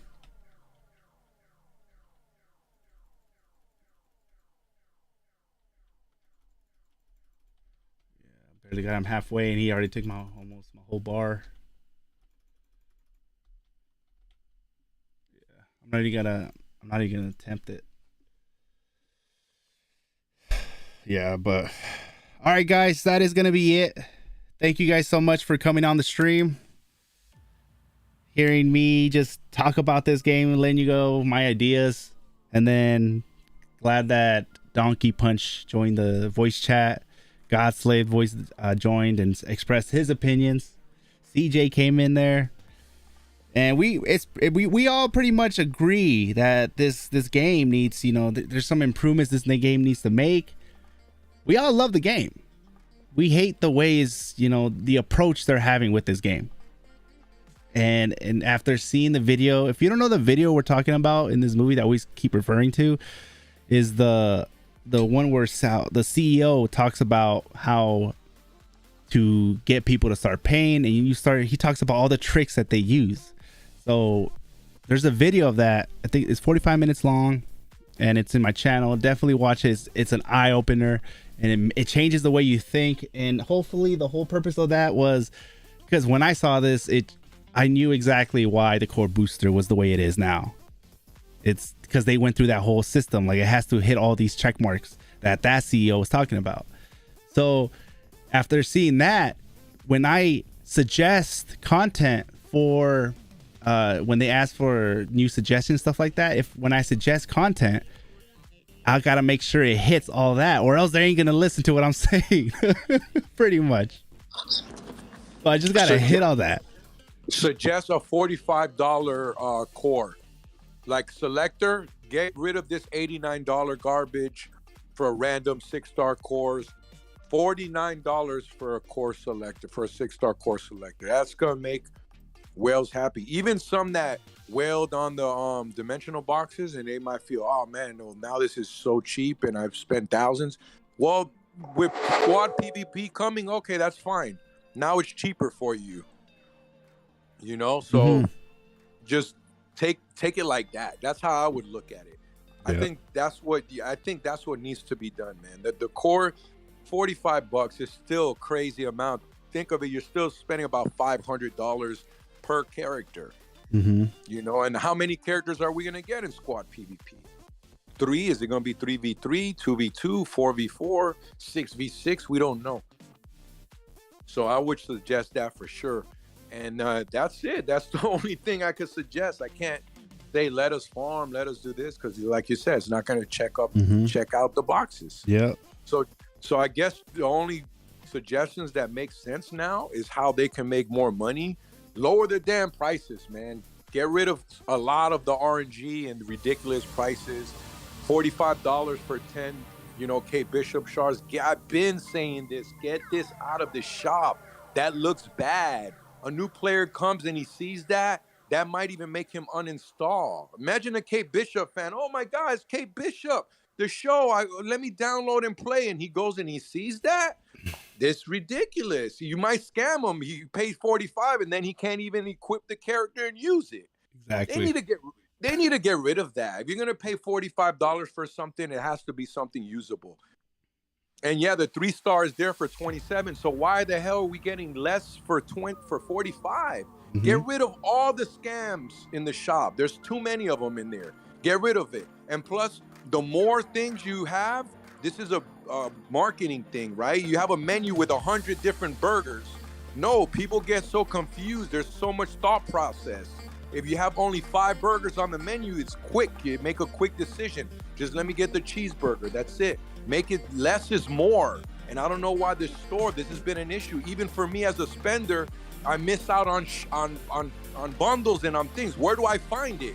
I'm in the store 2-3 hours, going through 100 different menus. No. They need to clean up that shop. That whole shop, I'm going to say one thing about the game. If it needs an overhaul, the cash shop needs a tremendous overhaul. And there you go. You make more money, you have a better game because it checks off the revenue. And then you make more money, you could bring out more content, more regions, and more cool stuff. That's it. Thanks for having me, man. Love you, bro. I hate to take up your stream like that. No, it's all good, man. I do have passion for the game. I do love the game and want to see it succeed, but it is what it is at this point, man. Have a great day, guys. Hey, thanks for coming on stream, man. Thank you, brother. Peace. All right, guys, that's going to be it. We're going to wrap it up now. Thank you guys for coming in. Jitesh, thanks for keeping the chat posted with the Discord link. Make sure you guys go and check out that Discord. I have the Discord link posted, pinned here. And if you are not in the Discord, just go in there and we just, if you need help with anything, just post it in there. And then somebody in there, if I can't be there to help you out, somebody. We got a lot of people in there, and it's a good time in there. But then also when I post videos, YouTube doesn't notify sometimes. It notifies you like an hour later for some reason, or not at all. And Discord, just the notification on the Discord is always on point. But yeah, man, thank you guys so much for coming in, and I'll catch you guys next time. All right, you guys take care.